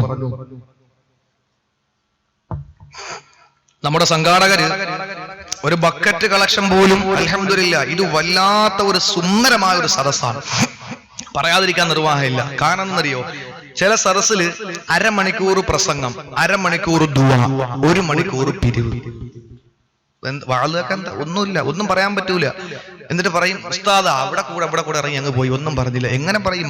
ഇതിലോ വിഷയത്തിലോ ഒന്ന് കേറണ്ടേ? കേറുമ്പോ സമയം തീരും. ഉസ്താദെ പിരിവ് ഇതാ പറയുന്നത്. ഒരു സ്ഥലത്ത് അള്ളാഹുവെ പ്രസംഗിക്കാൻ ചെന്നപ്പോൾ പിരിവോട് 2 ചെറുപ്പക്കാര് വാള് വെച്ചപ്പോൾ അവർക്ക് ആകെ ടെൻഷൻ. SLC പഠിച്ചു കഴിഞ്ഞ 10-15 കുട്ടികളാ. 2 ദിവസത്തെ വാളു ഞാനായിരുന്നു അവിടെ. 1-ാം ദിവസം എന്ന് പറഞ്ഞു ഉസ്താദ് 5 പൈസ കിട്ടിയില്ല. ഞാൻ പറഞ്ഞൊരു കാര്യം ചെയ്യും, നിങ്ങൾ ധൈര്യമായിട്ട് നാളെ രാവിലെ എല്ലാ ഗൾഫാറ വീട്ടിലും പോയി, നാളെ ദിവസം കൂടെ അല്ലേ ഉള്ളൂ, എന്നിട്ട് കിട്ടുന്ന സാധനങ്ങൾ വാങ്ങിക്കൊണ്ട് നിങ്ങൾ ഞാൻ വരുന്നതിന് മുമ്പ് ലേലം ചെയ്തേക്ക്, അപ്പോൾ നിങ്ങൾക്ക് എന്തായാലും കിട്ടും. അൽഹംദുലില്ലാ. അങ്ങനെ അവര് പോയി പിരിവ് നടത്തി. പിറ്റേന്ന് ഞാൻ പ്രസംഗത്തിൽ ചെന്നപ്പോൾ ഭയങ്കര സന്തോഷം. അതിൽ സെക്രട്ടറി +1 പഠിക്കുന്ന ഒരു പയ്യനാണ്. അവൻ പറഞ്ഞു ഉസ്താദ് എല്ലാം റാഹത്തായി. സ്ത്രീകൾ പ്രത്യേകം പറഞ്ഞു, എല്ലാവരും സഹകരിച്ചു. സ്ത്രീകൾ പ്രത്യേകം പറഞ്ഞു തന്ന ലിസ്റ്റൊക്കെ ഒന്ന് വായിക്കണമെന്ന് പറഞ്ഞിരിക്കുകയാണ്, അതുകൊണ്ട് അതിനുള്ള അവസരം തന്നെ. ഞാൻ പറഞ്ഞു പ്രസംഗം കഴിയട്ടെ, ദുആക്ക് മുമ്പ് അവസരം തരാൻ തോന്നുന്നു. അങ്ങനെ അവനെ വിളിച്ചു. അവൻ കയറിയിട്ട് പറഞ്ഞു, കിട്ടിയ സാധനങ്ങളെല്ലാം വായിച്ചു. സുബൈദ 3 സ്പ്രേ, ആരിഫ 3 സെന്റ്, ലത്തീഫ ഒരു ബെഡ്ഷീറ്റ് എന്നും പറഞ്ഞ് ഗൾഫിൽ നിന്ന് കിട്ടിയ സാധനങ്ങൾ അതെല്ലാം വായിച്ച് വന്നിട്ട് അവസാനം ഒത്തിരി ഉണ്ടായിരുന്നു. എവനാണെങ്കിൽ നിൽക്കാൻ പോയ സന്തോഷം. അവസാനം വായിക്കുക, പേര് പറയാൻ പഠിക്കുന്ന സഹോദരി ശംഭു 1. ഞാൻ അല്ലാഹു ഇതാടാ ദീനിന്റെ മജ്‌ലിസിൽ ശംഭു കൊടുത്തത്. യഥാർത്ഥത്തിൽ പള്ളിയുടെ അടുത്ത് വന്നപ്പോൾ ഒരു സഹോദരി പറഞ്ഞു, മക്കളെ ഒന്നുമില്ല. അമ്മ താത്ത അത് പറഞ്ഞാൽ പറ്റൂല, എല്ലാവരും തന്നു, സ്റ്റേജ് നിങ്ങളെ വീട്ടിനടുത്താണ്, അതുകൊണ്ട് നിങ്ങൾ എന്തെങ്കിലും തന്നേ പറ്റൂ. നോക്കിയപ്പോ 3 കൊല്ലത്തിന് മുമ്പ് ഭർത്താവ് വന്നിട്ട് പോയപ്പോ കൊണ്ടുവച്ച ഒരു ഷാമ്പു അലമാരി ഇരിക്കായിരുന്നു. അതെടുത്ത് കൊടുത്തു. ഈ സന്തോഷം കൊണ്ട് ചെറുപ്പക്കാരൻ പറഞ്ഞപ്പോ ശംഭു ആയി പോയതാ. അപ്പൊ ഇങ്ങനെ പിരിവും ലേലവുമായിട്ട് വല്ലാത്തൊരു ഇതാണ്. അപ്പൊ ഏതായിരുന്നാലും ഇവിടെ പിരിവൊന്നുമില്ല, എങ്കിലും ഇൻഷാ അല്ലാഹ് നാളെ ദുആ ഉണ്ടായിരിക്കും. എല്ലാവരും റമളാനിന്റെ 10-നൊക്കെ പോയി കബീർ ഉസ്താദിന്റെ ദുആയിൽ പങ്കെടുത്തവരാണ്. ഇൻഷാ അല്ലാഹ് ആ നാളത്തെ പ്രധാനപ്പെട്ട ദുആയിൽ എല്ലാവരും പങ്കെടുക്കണം. കാര്യമായിട്ടുള്ള സംഭാവന ഇൻഷാ അല്ലാഹ് ഇതിന്റെ സംഘാടകരെ പൈസ വേണ്ടേ? സംഘാടകരെ ഏൽപ്പിക്കണം. ഇൻഷാ അല്ലാഹ് നാളെ ദുആ ഉണ്ടാവും, ഇന്നും ദുആ ഉണ്ടാവും. നമ്മൾ എല്ലാവരും പോകുന്ന സ്ഥലങ്ങളിലൊക്കെ ദുആ ചെയ്യും ഇൻഷാ അല്ലാഹ്. അതുകൊണ്ട് എല്ലാവരും ആത്മാർത്ഥമായിട്ട് അതുമായി സഹകരിക്കണം. ആരും ആ വിഷയത്തിൽ, കാരണം നമുക്ക് സന്തോഷമാണ് എല്ലാത്തിലും, നിങ്ങൾക്ക് സന്തോഷമാണ്, ആരും ചോദിച്ചില്ലല്ലോ. അപ്പൊ ചോദിക്കും ഇവരെല്ലാം ഒന്നും പിരിച്ചിട്ടില്ല, ഒരു രസീത് കുറ്റി ഒന്നുമില്ല, ഒരു ബക്കറ്റും ഇല്ല, ഒന്നുമില്ല. ബക്കറ്റ് ഉണ്ടായിരുന്നെങ്കിൽ എപ്പോഴേ കാണാൻ ഏറ്റവും പറയുന്ന ഹാദി ഇങ്ങനെ കാണിക്കുന്നു, നിർത്താറായി. അപ്പൊ അങ്ങനെ എല്ലാവരും ആത്മാർത്ഥമായിട്ട് അതിന് സഹകരിക്കണം. ആബിറുസ്താദിന്റെ വലം കൈയാണ്. അല്ലാഹു തആല എല്ലാവർക്കും ദീർഘായുസ്സോടെ അനുഗ്രഹിക്കുമാറാകട്ടെ. പ്രിയപ്പെട്ടവരെ, 4ാമത്തെ വിഭാഗം അല്ലാഹുവിന്റെ റസൂൽ പറഞ്ഞു. 4ാമത്തെ വിഭാഗം ഏതാ? ഇംറഅത്തുന്നതൊരു സ്ത്രീയാണ് ലൈസ ലഹാ ഇല്ലൽ അഖ്ലു വശുർബു വന്നൗമു. തീറ്റ, കുടി, ഉറക്കം ഇതല്ലാതെ മറ്റൊന്നുമില്ല. എന്റെ സഹോദരിമാരെ, 3 വിഭാഗത്തിൽ നിങ്ങൾ പെട്ടിട്ടില്ലാതിരിക്കാം. പക്ഷേ അല്ലാഹുവിന്റെ തൗഫീഖ് കൊണ്ട് 4ാമത്തിൽ നിങ്ങൾ പെടുമെന്നുള്ള കാര്യത്തിൽ സംശയമില്ല. 4ാമത്തെ വിഭാഗം റസൂലുള്ളാഹി പറയുന്നു, ഇംറഅത്തുനു അതൊരു സ്ത്രീയാണ് ലൈസ ലഹാ ഇല്ലൽ അഖ്ലു വശുർബു വന്നൗമു. തീറ്റ, കുടി, ഉറക്കം, കാന, പീന, സോന ഇതല്ലാതെ മറ്റൊന്നുമില്ലാത്ത സ്ത്രീയാണ്. ലൈസ ലഹാ റഗ്ബത്തുൻ ഫിസ്സലാ, നിസ്കരിക്കണമെന്ന ചിന്തയില്ല. വലാ ഫീ ത്വാഅത്തില്ല, അല്ലാഹുവിനെ വഴിപ്പെടണമെന്ന ചിന്തയില്ല. വലാ ഫീ ത്വാഅത്തിർ റസൂൽ, റസൂലുള്ളാഹിനെ വഴിപ്പെടണമെന്ന ചിന്തയില്ല. വലാ ഫീ ത്വാഅത്തി സൗജിഹാ, ഭർത്താവിനെ അനുസരിക്കണമെന്ന് വഴിപ്പെടണമെന്ന ചിന്തയില്ലാത്തവളാണ്. അവളാണ് 4ാമത്തെ വിഭാഗമെന്ന് അല്ലാഹുവിന്റെ റസൂൽ നബി മുഹമ്മദ് മുസ്തഫ. എന്റെ സഹോദരിമാര്, ഇതിന് നമ്മൾ പെട്ടുപോയിട്ടില്ലേ? അയൽക്കൂട്ടത്തിന്റെ തൊഴിലുറപ്പിന്റെ പദ്ധതി കൂടെ പണിയെന്ന് പറഞ്ഞിട്ട് നമ്മൾ രാവിലെ ഇറങ്ങിപ്പോയാൽ എപ്പോഴാ വീട്ടിൽ വരുന്നത്? നമുക്ക് നിസ്കാരമുണ്ടോ? റമളാനിൽ ഉപയോഗിച്ച നമസ്കാര കുപ്പായം അതാ കഴുകി സൂപ്പർ വൈറ്റ് മുക്കയിട്ട് കുറച്ച് അത്തരം തേച്ചിട്ട് അലമാരയുടെ ഏറ്റവും അടിയിൽ നമ്മൾ വെച്ചു. ഇൻഷാ അല്ലാഹ് ഇനി എന്നാണ് പാളയിമാമ ജമാലുദ്ദീൻ മങ്കടയോ അതുപോലെ മണക്കാടി മാമ ഗഫാർ മൗലവി കബീർ മൗലവിയൊക്കെ എന്നാണ് പിറകണ്ടു എന്ന് പറയുന്നത്? അമ്മേ ഞാനിത് എടുക്കൂ എന്ന് പറഞ്ഞിട്ട് മടക്കി അലമാരയുടെ അടികൾ വെച്ചിരിക്കുന്നവരെ ആലോചിച്ചോ. റമളാനിൽ മാത്രമല്ല പടച്ചോനുള്ളത്, ശവ്വാലിലും പടച്ചോനുണ്ട്. എല്ലാ ദിവസവും അല്ലാഹുവുണ്ട്. എന്റെ സഹോദരിയെ നമസ്കാരം നിർവഹിച്ചു. അല്ലാഹുവിന്റെ റസൂല് പറയുന്നു നിസ്കാരമില്ല, അതുപോലെ പടച്ചോനെ വഴിപ്പെടലില്ല, അതുപോലെ റസൂലുള്ളാഹിനെ വഴിപ്പെടലില്ല, ഭർത്താവിനെ അനുസരിക്കലില്ല. ആകെ ഉള്ളതെന്ന് പറഞ്ഞാൽ തിന്നണം ഒന്ന്, ഉറങ്ങണം ഒന്ന്, കുടിക്കണം. തിന്നണം, അത് താഴോട്ടൊന്ന് ഇറങ്ങാൻ, വെള്ളം കുടിക്കണം, അത് കഴിഞ്ഞാൽ ബിസ്മില്ലാ ഒറ്റ ഉറക്കം. ഇതെല്ലാം വേറെ ഒന്നുമില്ല. രാവിലെ എണീച്ചാൽ പിന്നെ വേറെ സ്വഭാവമുണ്ട്. ആദ്യം നോക്കുന്ന തലേനയുടെ അടിയിൽ ഊരി വെച്ച് താലും മാല ഉണ്ടാകുന്ന നോക്കും. അത്ര അല്ലാതെ ഈ 3 കാര്യം അല്ലാതെ പിന്നുള്ള ഇത് മാത്രം. എന്റെ പ്രിയപ്പെട്ടവരെ, ഈ ഒരു സ്വഭാവമുള്ള സ്ത്രീകൾ നരകത്തില്ല. ഇതിൽ നമ്മൾ എത്രയോ പേര് പെടും. ഭർത്താവ് വന്ന് പുറകിൽ തൊട്ടുമ്പോഴും ചുമ്മാ ഇരിടേന്ന് പറയും. കാരണം എന്താ? നമ്മളിവിടെ ഞെരിച്ച് ഇരിക്കാൻ, നമ്മൾ സീരിയൽ കണ്ടുകൊണ്ടിരിക്കുക. സീരിയല് റമളാൻ കഴിഞ്ഞ് റമളാനിന്റെ 11 മണിക്കും 12 മണിക്കും ഭർത്താവ് എഴുത്തിക്കാഫിനും ലൈലത്തുൽ ഖദർ ഹയാത്താക്കാനൊക്കെ പോയിട്ട് മടങ്ങി വരുമ്പോൾ ഭാര്യ ടിവിയുടെ മുമ്പേ, ഭർത്താവ് വരുമ്പോഴേ കാറിയും തുപ്പിയൊക്കെ വരുള്ളൂ. അപ്പോഴേ ഉടനെ ചാനൽ മാറ്റും. ഭർത്താവ് ചോദിക്കും എന്താടി നീ കണ്ടോണ്ടിരുന്നത്? അത് ഞാൻ ഹറമിലെ ഇമാമിന്റെ ഓതൽ കേൾക്കാൻ. എന്താണ് കണ്ടോണ്ടിരിക്കുന്നത്? കുങ്കുമപ്പൂ. റമളാനിലും അത് ഓഫാക്കൂല. ഇപ്പൊ അങ്ങനെയാണ്. അതുകൊണ്ട് ഇപ്പൊ നല്ല എല്ലാ സമയവും ഓരോ സമയം കവർന്നെടുത്തെടുത്തെടുത്തെടുത്തെടുത്ത് മഗ്രിബ് കഴിഞ്ഞ് ഇശാ കഴിഞ്ഞ് ഇങ്ങനെ ഓരോ വകുത്തുമായി ഇപ്പൊ രാത്രി പെണ്ണുങ്ങളെ ഉറക്കയില്ല. പാശ്ചാത്യം. എന്റെ പ്രിയപ്പെട്ടവരെ, ഉടുക്കുന്നത് പാശ്ചാത്യം പറയുന്നത്, കുടിക്കുന്നത് പാശ്ചാത്യം പറയുന്നത്, കാണുന്നതും കേൾക്കുന്നതും എല്ലാം ധരിക്കുന്നതടക്കം പാശ്ചാത്യം പറയുന്നത്. സമയമായില്ലേ കാലഘട്ടത്തിന്റെ ചവറ്റുകൊട്ടയിലേക്ക് പുറങ്കാലി കൊണ്ട് ചവിട്ടിയെറിഞ്ഞിട്ട് ഖദീജയുടെ ജീവിതത്തിലേക്ക് വരാം, ആയിഷയുടെ ജീവിതത്തിലേക്ക് വരാം, ഫാത്തിമാബിയുടെ ജീവിതത്തിലേക്ക് വരാം, പ്രവാചകന്റെ പത്നിമാരുടെ ജീവിതത്തിലേക്ക് വരാൻ. എന്റെ പ്രിയപ്പെട്ട പെണ്ണന്മാരെ, ഇനി എന്തിനാ മടിച്ചു നിൽക്കുന്നത്? കടന്നുവെക്കോ, ഖുർആനിലേക്ക് മടങ്ങിക്കോ, ആദരവായ പ്രവാചകന്റെ ഹദീസുകളിലേക്ക് മടങ്ങിക്കോ, ഇസ്ലാമിലേക്ക് മടങ്ങിക്കോ. അതാണ് നിനക്ക് രക്ഷ, അല്ലെങ്കിൽ നിനക്ക് രക്ഷയില്ല. അതുകൊണ്ട് മടങ്ങാനുള്ള സമയം കഴിഞ്ഞു. അതുകൊണ്ട് ജാഗ്രതയിൽ ഈ പാതിരാത്രി നമ്മൾ തീരുമാനിക്കുക. ഇൻഷാ അല്ലാഹ് നമ്മൾ തീരുമാനമെടുത്ത് ഉയർന്നാൽ മലക്കുകളെക്കാൾ ഉയരാൻ കഴിയും. ഇല്ലെങ്കിലോ ഖുർആനിലെ നാളെ പറയും, നാൽക്കാലികളെക്കാൾ പട്ടിയേക്കാൾ താഴേണ്ടി വരും. അല്ലാഹു കാത്തിരക്ഷിക്കട്ടെ. നിസ്കാരമില്ല, ഒന്നുമില്ല. എന്റെ പ്രിയപ്പെട്ടവരെ, അതുകൊണ്ട് ഇൻഷാ അല്ലാഹ് സഹോദരിമാരി 4 വിഭാഗത്തിൽ നിന്നൊക്കെ ഇത് വിശദീകരിക്കേണ്ടതാണ്, സമയമില്ല. ഏതായിരുന്നാലും ഇശാ എല്ലാ വഖത്തിനും ഇപ്പൊ പള്ളിയിലും ആളുകൾ കുറഞ്ഞ്, പുരുഷന്മാരൊക്കെ കുറഞ്ഞു. ഒറ്റ ഹദീസ് നിങ്ങൾ നോക്കിയാൽ മതി. റസൂലുള്ള പറഞ്ഞു ഒറ്റ ഹദീസ്. നബി തങ്ങൾ പറയാൻ, ഞാൻ വിറക് ശേഖരിച്ചിട്ട് അതുമായി പള്ളിയിൽ നിസ്കരിക്കാൻ വരാത്തവരുടെ വീട്ടിൽ ചെന്നിട്ട് കരിച്ചുകള ഞാൻ ആഗ്രഹിക്കാൻ, ഞാൻ ചിന്തിക്കാൻ അതിനെ പറ്റിയിട്ട് അത്ര ഗൗരവത്തോട് പറഞ്ഞിട്ട് പറഞ്ഞു. നബി തങ്ങൾ പറയാൻ, ഇവർക്ക് പള്ളിയിൽ നിന്ന് ഒരു എല്ലിൻ കഷണം കിട്ടുന്നു എന്ന് അറിഞ്ഞാൽ അവര് ഇൻഷാ അല്ലാഹ് ഇശാ നിസ്കാരത്തിന് അവിടെ എത്തും. എന്ന് പറഞ്ഞാൽ പള്ളിയിൽ ചാപ്പാടുണ്ടെങ്കിൽ നമ്മൾ എത്തും, ഇല്ലെങ്കിൽ എത്ര വാക്ക്, എത്ര അന്വർത്ഥമാണ് സഹോദരൻ. റസൂലുള്ളാഹി പറയാ, എല്ലിന്റെ മീതെ മാംസമുള്ള 2 എല്ലിൻ കഷ്ണം ഉണ്ട് എന്ന് പറഞ്ഞാൽ ചിക്കനും മട്ടനും ഒക്കെ ഉണ്ടെന്ന് പറഞ്ഞാൽ അവർ ഇശാക്കെത്തും, തറാവീഹിന് വരും, നിസ്കരിക്കാൻ വരും. പക്ഷെ അതില്ലെങ്കിലോ അവർ പള്ളിയിൽ വരൂല. ഇത് നബി തങ്ങൾ പറഞ്ഞു, ബുഖാരി ശരീഫ് റിപ്പോർട്ട് ചെയ്തതാണ്. എന്റെ സഹോദരങ്ങളെ, അതുകൊണ്ട് നമ്മൾ ആലോചിക്കും. നമസ്കാരം സ്ത്രീകളും എല്ലാവരും അത് മുടക്കി വെച്ചിരിക്കുകയാണ്. തുടങ്ങിക്കോ.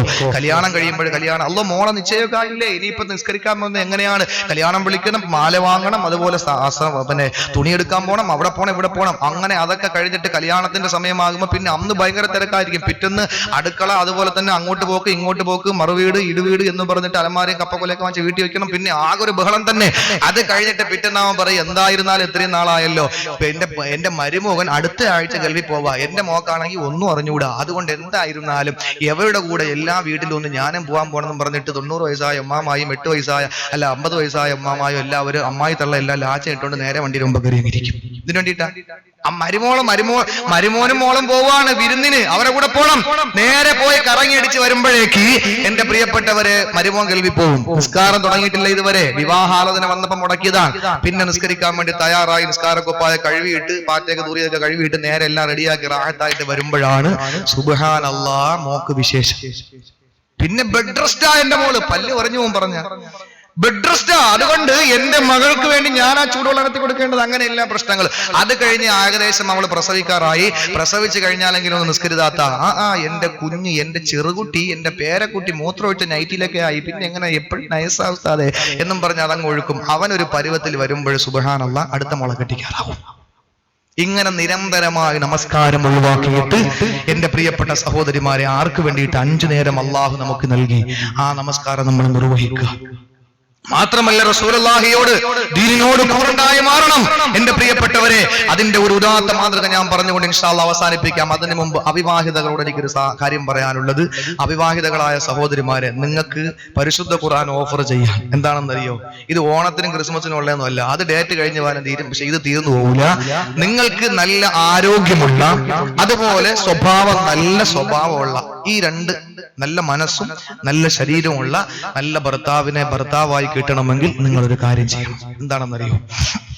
അവിവാഹിതകൾ ചെയ്തോളി ഇൻഷാ അല്ലാഹ്, എങ്കിൽ നല്ല ഭർത്താവിനെ കിട്ടും. മൂസാ നബി ഒളിച്ചോടി അള്ളാഹുവിന്റെ തീരുമാനം ഒളിച്ചോടാൻ പറഞ്ഞു. ഒളിച്ചോടി നേരെ വന്നത് മദിയൻ പ്രദേശത്ത്. മദിയൻ ജലാശയത്തിന്റെ അടുക്കൽ മൂസാ നബി എത്തുമ്പോൾ അവിടെ ആരെയും പരിചയമില്ല. മൂസാ നബി അലൈഹി സ്വലാത്തു വസ്സലാം അവിടെ നോക്കുമ്പോൾ കുറെ ആൾക്കാർ വെള്ളം കോരുന്നു. ഭയങ്കര ആരോഗ്യമുള്ളവരാണ്, അവരൊക്കെ വെള്ളം കോരുന്നു. ഒരാളെ കൊന്നിട്ട് വരുന്നതാണ്. കൊലയുടെ കാര്യമൊക്കെ അറിയാലോ. അത് കേട്ടിട്ട് ഇനി പേടിച്ചോയൊന്നും വേണ്ട, അറിയാതെ പിടിച്ചങ്ങ് തള്ളിക്കൊടുത്ത് എന്ന് പറഞ്ഞ് വീണ് ചത്തുപോയതാ. ഏതായിരുന്നാലും അതിൽ നിന്ന് ഒളിച്ച് വന്നപ്പോ ഇനി ഒരു പ്രശ്നം ഉണ്ടാക്കണ്ട എന്നും പറഞ്ഞിട്ട് മൂസാ നബി അലൈഹി സ്വലാത്തു വസ്സലാം മാറി നിൽക്കുമ്പോൾ 2 പെൺകുട്ടികൾ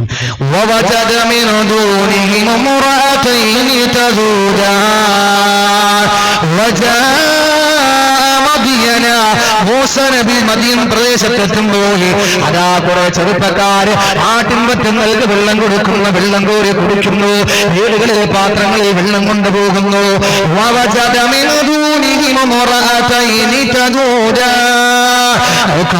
മാറി 2 പെൺകുട്ടികള് അച്ചടക്കത്തോടെ മാറി നിൽക്കുന്ന, വെള്ളം കോരുന്നില്ല. മൂസാ നബി ആണുങ്ങളുടെ അടുക്കൽ പോയി പ്രശ്നം ഉണ്ടാക്കണ്ട എന്ന് മനസ്സിലാക്കിയിട്ട് മാറി നിൽക്കുന്ന സ്ത്രീകളുടെ അടുക്കൽ ചെന്നിട്ട് വളരെ പതിയെ കണ്ണു താഴ്ത്തി ശബ്ദം താഴ്ത്തിയിട്ട് ചോദിച്ചു, നിങ്ങൾ എന്താ ഇവിടെ നിൽക്കുന്നത്? അവര് പറഞ്ഞു, ഞങ്ങൾ വെള്ളം കോരാൻ വന്നതാണ്, പക്ഷെ ആരോഗ്യമുള്ളവര് വെള്ളം കോരിക്കൊണ്ട് നിൽക്കുന്നു, അതുകൊണ്ട് ഇപ്പോഴങ്ങോട്ട് ചെല്ലാൻ പറ്റൂല. പെണ്ണുങ്ങളാകുമ്പോ കുറച്ച് അടക്കം ഒതുക്കൊക്കെ വേണ്ട യുവാവ്, അതുകൊണ്ട് ഞങ്ങൾ മാറി നിന്നതാണ്. ആ മൂസാ നബി ചോദിക്കുന്നു, നിങ്ങളുടെ വീട്ടിൽ ആണുങ്ങൾ വന്ന് വെള്ളം കോരാനില്ലേ? ആ സന്ദർഭത്തിൽ ആ സ്ത്രീകൾ പറഞ്ഞു, അബൂനാ ശൈഖുൽ കബീർ, ഞങ്ങൾക്ക് വാപ്പ മാത്രമേ ഉള്ളൂ. വാപ്പയോ വൃദ്ധനാണ്, എഴുന്നേക്കാൻ വയ്യാതെ കിടക്കുകയാണ്. നബി അവർക്ക് വേണ്ടി വെള്ളം കോരി കൊടുത്തു. വെള്ളപാത്രവുമായ സ്ത്രീകൾ നേരെ പിതാവിന്റെ അടുക്കൽ ചെന്നു. വാപ്പ ചോദിച്ചു, മക്കളെ ഇന്ന് താമസിച്ചു വരുന്ന നിങ്ങള് ഇന്നെന്താ നേരത്തെ വന്നത്? അള്ളാഹുവിന്റെ പ്രവാചകൻ മൂസാ നബി എന്ന പ്രവാചകനാകിട്ടിയ ആ സന്ദർഭത്തിൽ ആ സ്ത്രീകൾ പറഞ്ഞു, ഒരു യുവാവ് ഞങ്ങൾക്ക് വെള്ളം കോരുത്തുന്നു. എന്റെ മക്കളെ, യുവാവ് വെള്ളം കോരുത്തെന്നെങ്കിൽ ആ യുവാവിന് എന്തെങ്കിലും നിങ്ങൾ സമ്മാനം കൊടുത്തോ? അതിന് പാരിതോഷികം കൊടുത്തോ? കൂലി കൊടുത്തോ? ഇല്ലല്ലോ. അതുകൊണ്ട് പെട്ടെന്ന് വിളിച്ചോണ്ട് വാ. അതിൽ മൂത്ത പെൺകുട്ടി ഓടി വന്നു. എന്നിട്ട് മൂസാ നബിയെ വിളിക്കുന്നു. മൂസാ നബി ഒരു വൃക്ഷത്തിന്റെ ചുവട്ടിലിരുന്നു കൊണ്ട്, അല്ലാഹുവേ, എന്തെന്നാലും സ്വീകരിക്കാൻ ഞാനിപ്പോ ആവശ്യക്കാരനാണ്, ആരെയും പരിചയമില്ല, ആരുമായി ബന്ധമില്ല എന്ന് പറഞ്ഞുകൊണ്ട് കാത്തിരിക്കുമ്പോൾ ആ പെൺകുട്ടി വന്നിട്ട് പറഞ്ഞു, സഹോദരാ, നിങ്ങളെ വാപ്പ വിളിക്കുന്നു, നിങ്ങൾക്ക് കൂലി തരാ. മൂസാ നബി കടന്ന് വാപ്പാടെ അടുക്കലേക്ക് എത്തി. ആ സന്ദർഭത്തിൽ കാര്യങ്ങളെല്ലാം മൂസാ നബി പറഞ്ഞു, ഞാൻ ഒളിച്ചോടി വന്നതാണ് എന്ന് പറയുമ്പോൾ ആ സാമ്രാജ്യത്വം ഫറോവ സംസ്കാരത്തിനോട് രാപ്പകലില്ലാതെ നഖശിഖാന്റെ എതിർത്തുകൊണ്ടതിന്റെ പേരിലാണ് ഞാൻ പുറത്താക്കപ്പെട്ടത് എന്നും ഇവിടെ വന്നതെന്നും പറയുമ്പോൾ ആശ്വസിപ്പിച്ചുകൊണ്ട് ആ പിതാവ് പറഞ്ഞു, നിനക്ക് ഞാൻ കൂലി തരുന്നത് എങ്ങനെയാണെന്നറിയോ? 2 പെൺമക്കളെ ചൂണ്ടിക്കാണിച്ചു കൊടുത്തിട്ട് പറഞ്ഞു, ഇഷ്ടമുള്ളതിന് നീ കല്യാണം കഴിച്ചോ, ഇഷ്ടമുള്ളതിനെ കെട്ടിക്കോ. നമ്മളാണെങ്കിൽ പറയുന്നത് എന്തായിരിക്കും? വാപ്പ എന്തായാലും സുഖമില്ലാതെ കിടക്കയല്ലേ, എഴുന്നേക്കാൻ പോലും വയ്യ, ഇനിയിപ്പോ ഒരു മോളെ നിങ്ങൾ കെട്ടിക്കാൻ പാടുണ്ട്, രണ്ടിനെ ഞാൻ കെട്ടിക്കോളാം. മൂസാ നബി പറഞ്ഞ എന്താണ്? ഇഷ്ടപ്പെട്ടവനെ കല്യാണം കഴിച്ചോളാൻ പറഞ്ഞപ്പോൾ മൂത്ത കുട്ടിക്കറിയാം മിക്കവാറും എനിക്കായിരിക്കും ഞറുക്ക് വീണത്. അവള് പറഞ്ഞു, വാപ്പാ, തള്ള വിരലുകൊണ്ട് തറയിലൊക്കെ വരച്ചുകൊണ്ട് അവള് പറഞ്ഞു പത്രേ, നിങ്ങൾ കൂലി കൊടുക്കാൻ വേണ്ടി തിരഞ്ഞെടുത്ത ആള് നല്ല ശക്തനും വിശ്വസ്തനുമാണ്. മകള് പറയാൻ, നിങ്ങൾ തിരഞ്ഞെടുത്ത ആള് നല്ല വിശ്വസ്തനും ശക്തനുമാണെന്ന്. സ്കൂള് വിട്ടിട്ട് ഒരു ചെറുപ്പക്കാരനെ കൊണ്ട് നമ്മുടെ മോള് വന്നിട്ട് പറയാൻ, വാപ്പാ, ഞാൻ മറിഞ്ഞു വീണപ്പോ പൊക്കി എടുത്ത ആളാണ്, നല്ല ശക്തനുമാണ് വിശ്വസ്തനുമാണെന്ന് പറഞ്ഞാൽ നമ്മൾ കുറ്റിച്ചുകൊണ്ട് അടി കൊടുക്കൂല. നിനക്കെങ്ങനെ അറിയാന്ന് ചോദിച്ചിട്ട് മൂസാ നബിയെ പറ്റി ഇത് പറഞ്ഞപ്പോൾ വാപ്പ ചോദിച്ചു, നിനക്കെങ്ങനെ അറിയാള് ആരോഗ്യമുള്ളവരാണ്, വിശ്വസ്തനാണ്? അപ്പോഴാണ് ഈ പെൺകുട്ടി പറഞ്ഞത്, വാപ്പാ, ഞാൻ ഇയാളെ ചെന്ന് വിളിക്കുമ്പോൾ ഇയാളൊരു വൃക്ഷത്തിന്റെ ചുവട്ടിയിരിക്കാം, എന്റെ കൂടെ വന്നു, ഞാൻ മുന്നിലൂടെ നടക്കുന്നു, അയാൾ പുറകെ വരുന്നു. ആ സന്ദർഭത്തിൽ പുറകെ വരുമ്പോൾ ഇയാൾ എന്നോട് പെട്ടെന്ന് പറഞ്ഞു, പെണ്ണെ, നിന്റെ ശരീരത്തിന്റെ പുറകുവശം എന്റെ ദൃഷ്ടിയിൽപ്പെടുകയാണ്, അതുകൊണ്ട് നീ പുറകെ വാ, ഞാൻ മുമ്പിൽ നടക്കാം, എനിക്ക് കണ്ണിനെ സൂക്ഷിക്കണ്ടേ, അതുകൊണ്ട് നീ പുറകെ വാ, ഞാൻ മുന്നിലൂടെ നടക്കാം, എനിക്ക് വഴിയറിയില്ല, വഴി തെറ്റിപ്പോയാൽ നീ ചരൽ കല്ലെടുത്ത് എന്റെ പുറത്തെറിയണം, ഞാൻ അവിടെ നിൽക്കും, എന്നിട്ട് ശരിയായ പാതയിൽ ഒരു കല്ലെടുത്തിടണം, ഞാൻ അതുവഴി പോകും, അതാണ് നീ ചെയ്യേണ്ടതെന്ന് പറഞ്ഞിട്ട് എന്നെ പുറകിലാക്കി. വാപ്പാ, ഇയാൾ നല്ല മനുഷ്യനല്ലേ, നല്ല സ്വഭാവമല്ലേ, അതൊക്കെ അവിടെ നിൽക്കട്ടെ മോളെ, ആരോഗ്യം എങ്ങനെയാണെന്ന് പറ. ആരോഗ്യം നല്ലതാണെന്ന് എനിക്ക് പറയാൻ കാരണം എന്താ? വാപ്പാ, ഞങ്ങൾ മാറി നിൽക്കുമ്പോൾ ഇയാള് ഞങ്ങൾക്ക് വെള്ളം കോരി തന്നു, വെള്ളം കോരി തരുമ്പോൾ 10 പേര് പിടിച്ചാൽ പൊങ്ങാത്ത വലിയ ഒരു പാറ ഇയാൾ ഒറ്റയ്ക്കെടുത്ത് മാറ്റിയിട്ടാണ് വെള്ളം തന്നത്. ഞങ്ങൾക്ക് വെള്ളം കോരി തരുന്നത് 10 പേര് പിടിച്ചാൽ പൊങ്ങാത്ത പാറ ഒറ്റയ്ക്കൊന്ന് മാറ്റിയിട്ടാണ് വെള്ളം കോരി തന്നത്. അതിൽ നിന്ന് എനിക്ക് മനസ്സിലാകിയ ആൾ നല്ല ആരോഗ്യമുള്ളവനാ.